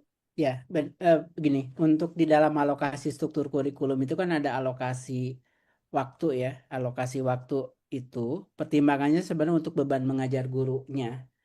Untuk beban mengajar guru. Misalkan ini, untuk agama, maka ini tidak perlu menjadi fasilitator gitu ya. Karena dia sudah full untuk intrakurikuler. Begitu pula Pancasila. Nah, pada saat bahasa Indonesia, maka dia ngajarnya hanya 3 jam. Ada waktu yang disisihkan dia perlu jadi fasilitator. Gurunya tersebut jadi fasilitator. Jadi ini peran alokasi waktu ini untuk pemenuhan beban gurunya. Sebenarnya ini kami kalau nggak ada pemenuhan beban kewajiban 24 jam nggak usah dibuat repot-repot struktur seperti ini. Dibuat aja kolom kokurikuler di bawah sendirian gitu. Ini tuh sebenarnya keperluannya untuk pemenuhan beban mengajarnya. Nah, adapun aktivitasnya, aktivitas apa yang perlu diperkuat tadi ya, muatan apa, itu tidak perlu memperhatikan ini. Karena kan maka misalkan ada gerakan 7 kebiasaan yang kesebat kan tidak terkait dengan mapel juga kan? 7 gerakan 7 kebiasaan.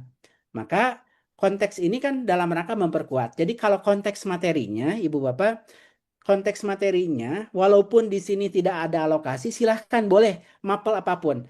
Mapel apa yang bisa diperkuat? Sekolah yang paling tahu. Oh, sekarang ingin memperkuat apa? Kolaborasi apa? Itu silahkan. Jadi kalau terkait muatan, silahkan. Nah, alokasi ini tuh adalah terkait dengan peran. Fasilitator, untuk jadi fasilitator adalah yang ada alokasi waktu di sini. Untuk jadi fasilitatornya. Nah, untuk menjadi koordinator, siapa aja boleh, karena beban kerja tambahan. Itu ya. Jadi, agama bolehkah menjadi konteks dalam materi lintas tadi? Boleh, Bu. Yang tidak perlu itu adalah guru agama jadi fasilitator, tapi guru agama bisa jadi koordinator. Karena guru agama itu beban kerja tambahan bisa jadi koordinator, itu ya. Jadi jadi fasilitator tidak perlu gitu ya, tidak perlu karena memang dia tidak dibebankan karena dia gini. Oh, saya guru agama sudah ngajar 3 jam. Nah, beban mengajar saya dihitung 3 jam, berarti saya tidak perlu menuntaskan kewajiban apapun sebagai tanggung jawab saya. Berbeda dengan guru bahasa Indonesia. Guru bahasa Indonesia saya di-input beban mengajarnya 4 jam, tapi saya ngajarnya baru 3 jam. Berarti ada kewajiban saya menjadi fasilitator yang 1 jam tadi gitu ya. Ini terkait beban mengajarnya. Nah, nanti sekolah memang mungkin ada pertimbangan, oh prioritaskan bahasa Indonesia lain silahkan. Tapi kalau oh ini muatannya perlu ada agama, itu tidak masalah untuk muatannya. Dimasukkan ke dalam lintas disiplin ilmu, walaupun tidak ada alokasi kokurikuler, muatan itu masuk silahkan. Sama tadi kan ada alokasi kokurikuler dipakai untuk kegiatan gerakan 7 kebiasaan, kan tidak terkait mapelnya gitu ya. Muatannya mungkin tidak terkait dengan salah satu mapel, tapi itu bisa dilakukan. Itu ya. Jadi untuk muatan silahkan mapel apa aja. Nah, untuk peran memang untuk fasilitator yang ada alokasi ini. Lalu yang terkait dengan siapa yang dikasih, ya itu kembali ke sekolah memang. Kalau kami ya silahkan prioritaskan yang terutama yang kekurangan beban mengajar. Kalau idealnya memang yang paling kompeten gitu ya. Tapi pertimbangan pragmatisnya adalah ibu apa melihat nih siapa yang kekurangan jam gitu ya. Bisa diberikan ini menjadi koordinator, karena kalau jadi koordinator saya yakin karena guru mampu lah semua, maka mungkin lihat nah ternyata setelah dibagikan intra gitu ya, setelah kami utamakannya tuh terpetakan dulu intranya gitu ya. Jadi jangan di awal kokurikuler dulu dibagi ini intra jam gitu ya. Oh ternyata jadi semangat beban kerja tambahan tuh karena dalam intranya dia tidak terpenuhi, maka baru diberikan tambahan-tambahan. Jadi kan ibu memetakan, oh ini jamnya sudah terpetakan si A dia sudah cukup, ya udah nggak usah dikasih beban kerja tambahan. Si B ini masih kurang, nah dia yang dikasih. Jadi prioritas pemberian itu adalah bagi guru-guru yang masih kekurangan jam itu, diprioritaskan yang kekurangan jam baru diberikan fungsi koordinator sebagai beban kerja tambahan.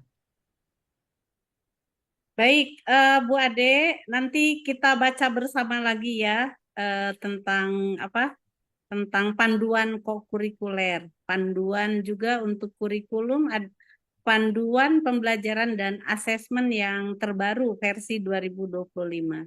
Terima kasih Bu Ade. Ada satu nih pertanyaan dari SLB, kemudian dari Pak Ud juga. Apakah sudah ada CP untuk SLB? Kemudian apa lagi ya? CP. Bapak Ibu, tempo hari sudah saya kirim ya di grupnya Rakornas terkait dengan CP, pembelajaran asesmen, panduan kokurikuler, panduan kurikulum. Baik, dari pertanyaan, maaf, dari yang Raisen, silakan Bu Susan. Kasihan dari tadi, nanti tangannya bengkak. Iya, selamat sore. Terima kasih Ibu sudah memberikan kesempatan. Sebelumnya mohon maaf karena saya berada di luar, jadi saya tidak bisa menyalakan kamera ya Bapak Ibu.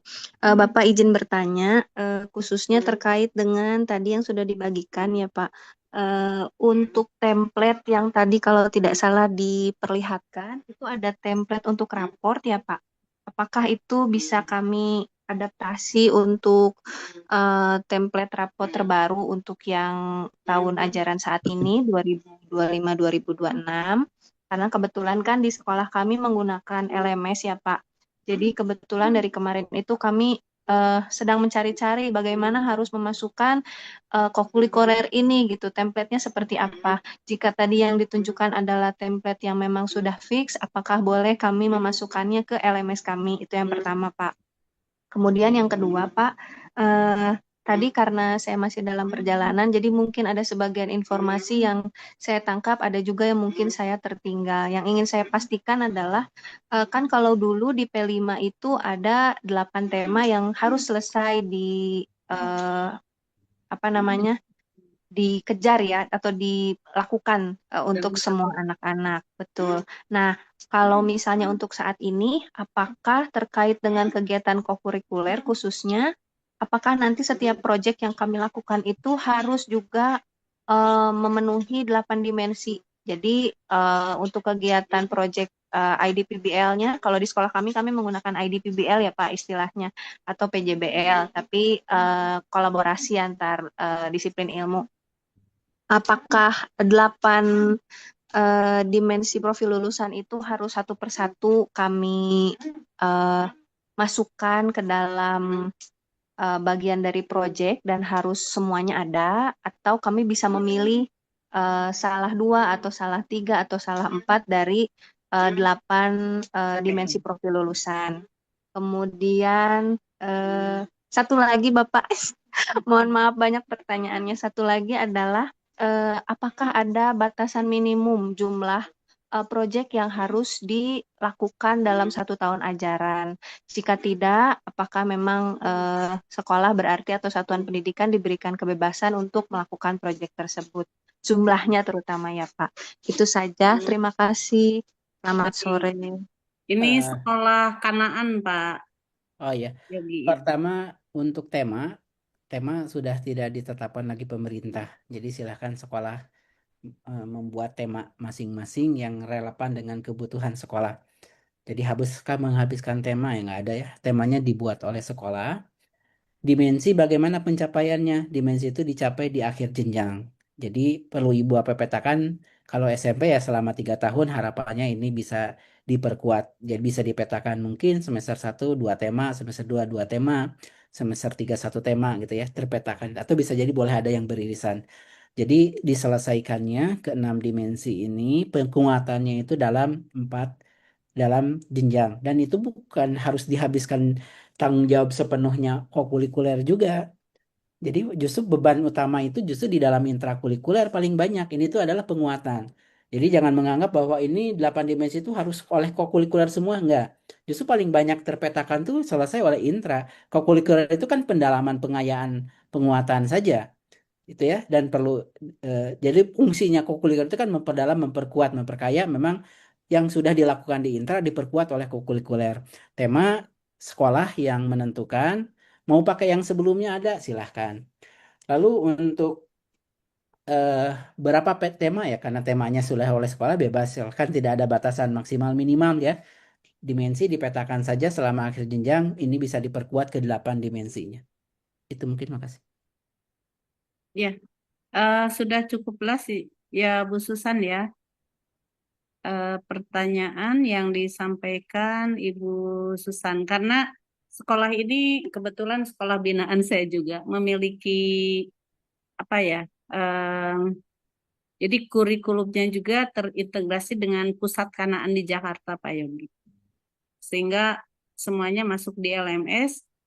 Untuk rapornya tadi, Untuk rapot ini nah, rapot itu kan itu komponen minimalnya, bentuknya Bapak banyak penyesuaian, itu silahkan, sebenarnya itu kan sistematika. Ini komponen yang perlu ada apa minimalnya, ini Ibu apa mau mengembangkan lebih lanjut tambahan-tambahan, boleh kah? Boleh, karena itu komponen minimal aja. mungkin nanti akan menambahkan komponen di kokurikuler itu ya. Nah, kalau Bapak merasa ada tambahan komponen, ada tambahan lain-lain, silahkan, itu menjadi kewenangan sekolah ya. Kalau ada Baik. tambahan-tambahan. Kalau itu kan kami komponen minimal. Jadi kalau Bapak nambahin silahkan. Baik, Pak Yogi, ada satu pertanyaan. Kalau di SD, Bapak Ibu, silakan dibaca juga ya, Bapak Ibu ya. Kemudian di TK seperti apa katanya Pak Yogi untuk kokurikulernya? Iya. Saya Oh, TK. untuk iya. di TK, PAUD, TK ya, PAUD, PAUD. Ya, nah ini yang kemudian kami pun dijelaskan ya, di khusus untuk PAUD gitu ya. Eh, untuk sebuah pendidikan di PAUD itu ada beberapa penjelasannya. Karena kan PAUD itu tidak berupa mata pelajaran gitu ya, belum dikenal eh, mata pelajaran gitu. Maka di dalam PAUD eh, ada saya tampilkan ya untuk di PAUD nih. Pada satuan pendidikan PAUD, nah ini kan ada bentuk-bentuk ya, bentuk-bentuk. Misalkan untuk gerakan 7 kebiasaan bentuknya. Pada PAUD itu kegiatan dapat diintegrasikan dengan intrakurikuler selama tema dan kegiatannya terkait dengan 7 kebiasaan. Jadi kalau untuk di PAUD itu, kalau di SD, SMP, SMA memang terpisah antara intra dan kokurikuler gitu. Kalau untuk di PAUD itu memungkinkan terintegrasi dalam intrakurikulernya.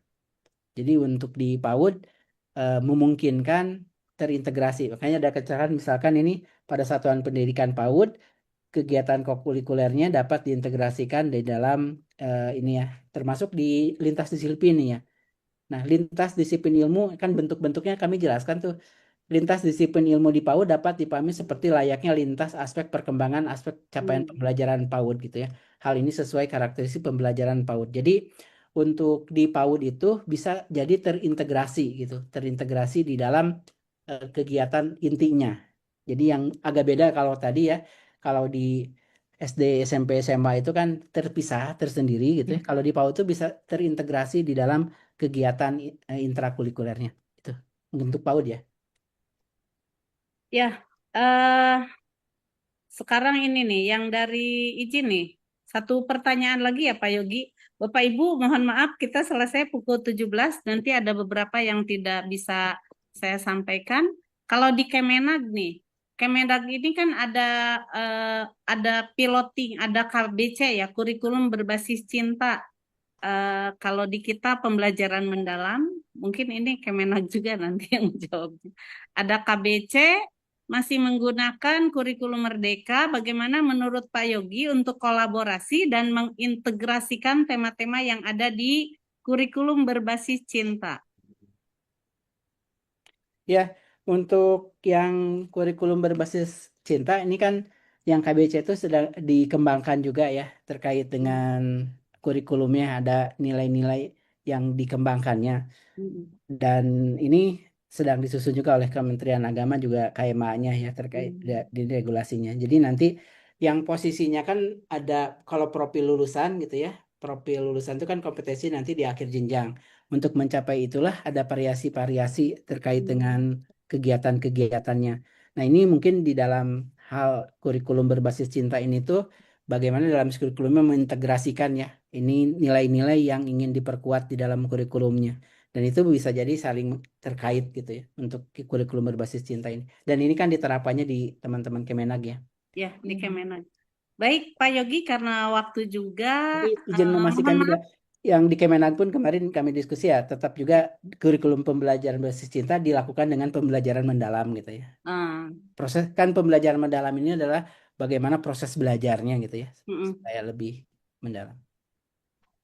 Baik, untuk teman-teman dari Kemenag mungkin nanti bisa berbicara lebih lanjut ya dengan para pengawas dari Kemenagnya.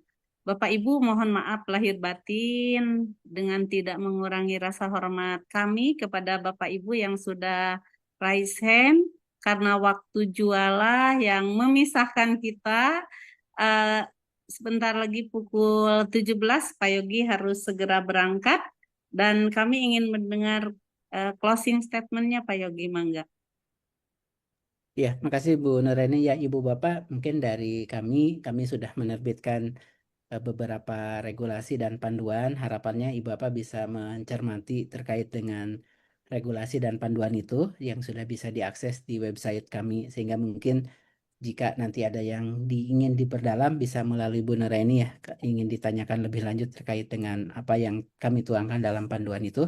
Dan mungkin nanti kami akan terbitkan juga panduan mata pelajarannya bagi guru masing-masing mapal itu bisa memegang dokumen ini yang mungkin lebih jelas dari capaian pembelajaran ke perencanaan belajar itu bagaimana menuangkannya. Makasih Bu Nuraini. Baik Pak Yogi, Kang Yogi, ternyata orang Cianjur juga ya. Terima kasih banyak atas segala ilmu, sangat bermanfaat bagi kami dan ini akan menjadi amal ibadah untuk Kang Yogi nantinya. Sekali lagi terima kasih, saya hanya bisa memberikan 3M untuk Kang Yogi. Makasih Kang Yogi. Makasih Bu Nuraini. Selalu sehat walafiat. Baik Bapak Ibu, Itu itu ada yang Kang Asep. Oh iya belum. Itu yang disampaikan oleh Kang Yogi sangat jelas ya Bapak Ibu sehingga kita sebagai pengawas tidak ragu lagi nih bagaimana kita nanti akan menyampaikan kepada sekolah binaan kita terkait dengan penyusunan kurikulum satuan pendidikan karena kita sudah dapat ilmunya nih. Baik, sekali lagi Kang Yogi, makasih. Selanjutnya kita akan ke Kang Asep, si Kasep dari Bandung. Halo Kang Asep. Kang Asepnya ada enggak ya? Ini ada kalau di partisipan ada. Iya. Mungkin lagi, kalau kemarin sih sedang menguji tesis. Ya, sebentar keluar ruangan dulu ya. Keluar ruangan dulu. Ya, sudah keluar ini. Barusan ini Bu Medina keras suaranya sedang membahas pedoman itu optimalisasi kelompok kerja KSPS. Ya. Baik, kata ya. Kurikulum tersenyum renyah. Mesem dikit terlihat gigi. Assalamualaikum semuanya. Salam sehat semuanya. Waalaikumsalam warahmatullahi wabarakatuh. Baik, ya. Saya mulai dengan jargon saya biasa dipakai. Perubahan adalah abadi. Ini kan berkaitan dengan itu ya. Dan kemudian kutip juga pendapatnya dari Ali bin Abi Thalib, ajari anakmu sesuai dengan zamannya. Itu ya, kita tidak perlu panik, tidak perlu kemudian berpikir ke sana kemari ya, tentang perubahan kurikulum. Ya. Nah, walaupun tidak ingin disebutkan kurikulumnya berubah kan ya, kurikulumnya disesuaikan gitu. Memang tidak ada perubahan kurikulum tidak berubah, tetap namanya kurikulum nasional kan, ganti nomor ya dengan beberapa penyesuaian. Karena perubahan itu abadi, maka kita sebagai pelaku pendidikannya harus begitu. Apalagi kata Ali gitu, kita mengatakan ajari anak sejangan zamannya. Nah ini perubahan-perubahan itu kan dalam rangka menjawab tantangan zaman gitu ya. Seperti munculnya coding KA kan itu untuk zaman sekarang gitu. So mungkin ada catatan ya, ketika coding KA itu sekarang baru diterapkan di kelas awal saja. Nah, padahal sebenarnya tahun ini atau tahun depan ketika anak-anak lulus itu sudah membutuhkan keterampilan itu. Jadi kalau itu ditunda berarti kita masih menunda anak-anak yang siap dengan pendidikan yang ada di dalam. Jadi kalau diberikan pada kelas 5, kelas 7, kemudian kelas 10, itu menunggu 3 tahun. Berarti baru 3 tahun yang akan datang anak-anak kita siap menempuh dunia kerja yang berbasis pendidikan. Padahal itu belum dibutuhkan segera.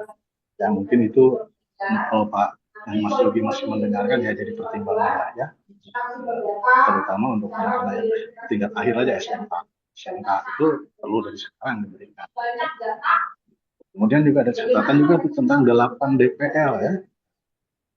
Semua jenjang mencapai 8 DPL. 8 DPL kalimatnya sama. Yang pertama kan takwa pada Tuhan. Nah, apakah terjadi ada gradasi gitu misalnya SD atau TK misalnya 8 DPL-nya sampai mana ketuhanannya gitu. Seperti itu, apakah seperti itu atau memang berlaku sama gitu ya. Akhirnya kalau sejak SD sudah tercapai 8 DPL-nya, kenapa juga misalnya di SMP harus ada, di SMA harus ada 8 DPL gitu ya. Nah, itu juga harus jadi pertimbangan. Nah, berarti ada tadi penyesuaian gitu ya. Kemudian satu lagi yang tidak tersebut nih di kokurikuler ya. Kalau dulu kan kokurikuler pendukung untuk karakter gitu ya. Nah, sementara karakter itu adanya di KAI, kalau sekarang KAI ya, 7 kebiasaan anak yang sehebat. Ya, jadi kalau kemarin itu P5, kokurikuler dengan P5, ya, karena P5 kan karakter ya. Sekarang kan P5 disandingkan dengan 8 DPL gitu, padahal juga P5 itu juga harus disandingkan juga dengan KAI gitu, karena kan itu belajar karakter.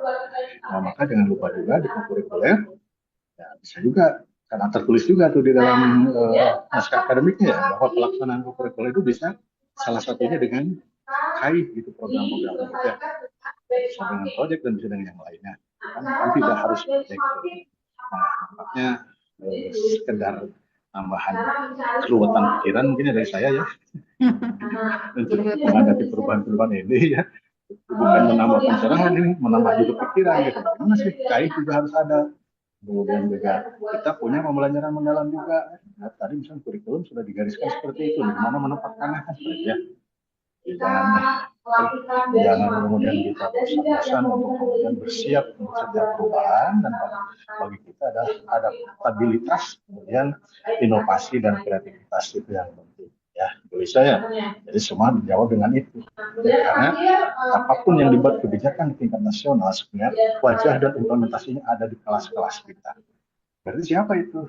Guru kan ya, yang mempunyai teori sebanyak-banyaknya, setinggi-tingginya keputusan kebijakan kementerian dan sehebat-hebatnya pun tetap saja implementasinya itu ada di guru. Nah, lantas guru itu siapa juga yang harus membangunnya? Saya sudah menyebutkan sebelumnya, masih ingat Bu Lisa, Trisula? Trisula Ya, ya.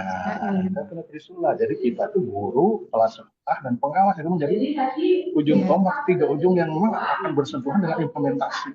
Maka ya aksi dan aksi ikut-ikutan gitu, aksi dalam setiap minggu berwebinar, itu dalam rangka mengasah ketajaman dari Trisula itu supaya pesan-pesan nasional itu bisa tertancap di lapangan, terimplementasi ya, tidak hanya sebatas menjadi macan kertas ya yang hanya bagus di tempat-tempat diskusi ya. Nah, dan mari kita diskusi, tapi kemudian mari kita laksanakan ya. Jadi markisi, markikan. Mari kita diskusi, kita laksanakan gitu, atau markilah ya. Mari kita laksanakan. Kan itu yang penting ya.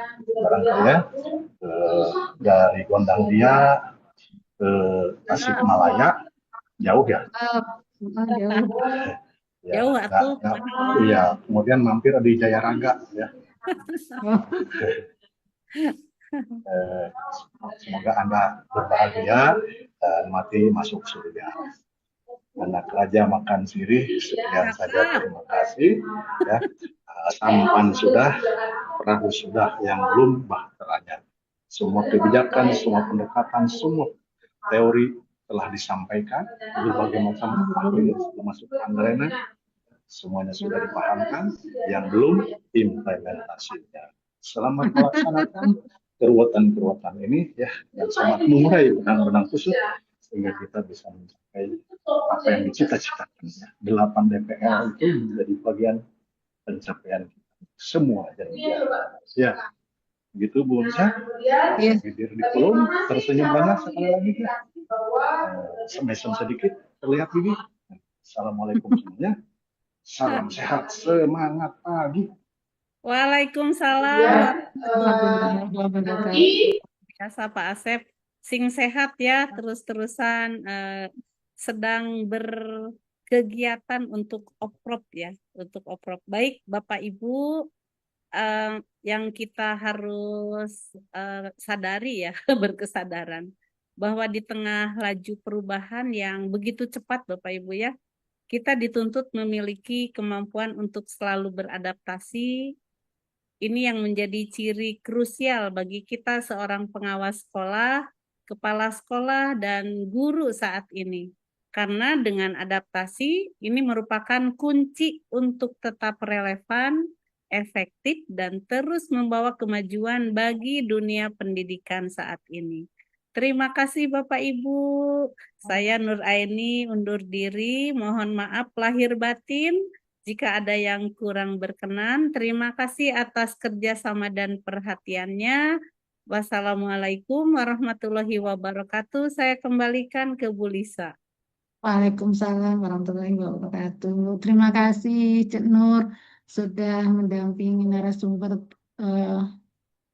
tadi dan juga Pak Yogi mungkin sudah meninggalkan room Ya. ya Cik Nur ya sudah berkegiatan. Terima kasih juga Pak Yogi, Pak Agus, Bapak Ibu yang telah bergabung pada webinar sore hari ini. Banyak sekali informasi yang kita dapatkan dan itu mencerahkan kita untuk nanti bekal kita dalam mendampingi satuan pendidikan.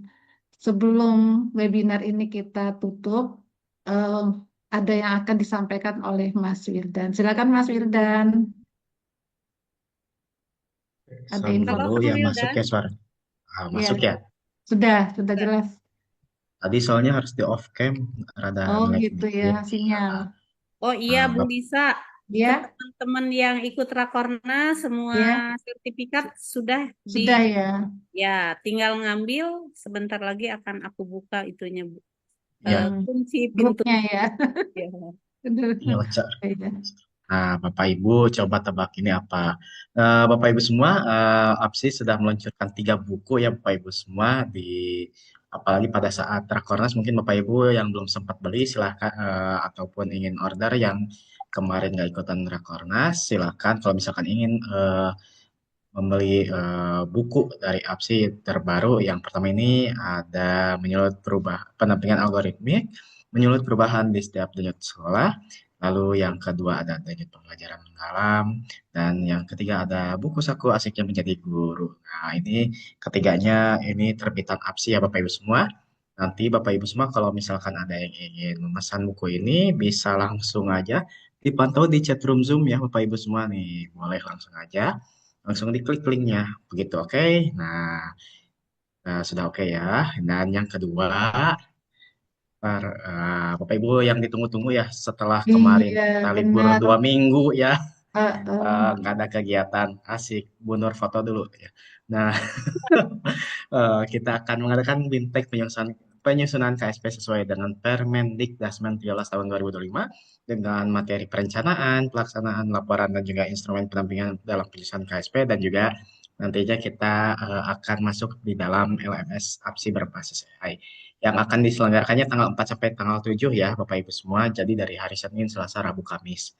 Ya, seperti biasa di jam 19.00 sampai dengan 22.00 waktu Indonesia bagian Barat. Nah, Bapak Ibu kalau misalkan mau ikutan nih bisa ke Mas Wildan di 0851834888. Ya. Jadi kegiatannya hari Senin ya Bapak Ibu semua. Jangan lupa hari Senin bukan besok hari ya. Jadi tenang masih ada waktu panjang. Dan jangan lupa juga besok ada webinar Bu Resi ya, nanti bersama Bu Lisa juga dan rekan-rekan nanti flyer akan di-share di grup WA webinar APSI dan grup-grup yang terafiliasi oleh APSI. Seperti itu ya, saya kembalikan ke Bu Lisa dan Bu Nur. Oke, baik. Terima kasih Mas Wildan. Luar biasa ini BIMTEK yang ditunggu-tunggu sedang hangat-hangatnya KSP yang berdasarkan panduan yang terbaru dan juga Permendikbudrismen nomor 13 tahun 2025. Banyak hal yang akan kita tuangkan tentunya berdasarkan regulasi yang baru itu ya Bapak dan Ibu di dokumen KSP. Terima kasih Bapak Ibu atas kehadirannya. Sehat selalu. Semoga dapat kita tetap belajar sepanjang hayat ya Bapak Ibu dengan perubahan-perubahan yang ada kita tetap mengikuti karena itulah yang akan kita bekali ke sekolah-sekolah kita untuk pengawas dan kepala sekolah tentunya untuk meningkatkan mutu dan kualitas pendidikan di sekolahnya masing-masing. Terima kasih. Akhir kata, saya Liza, pengawas SMP dari Dinas Pendidikan dan Kebudayaan Kabupaten Sidoarjo undur diri. Wabillahi taufik wal hidayah. Wassalamualaikum warahmatullahi wabarakatuh. Waalaikumsalam warahmatullahi wabarakatuh. Mangga Kang. Betul. Ya, satu.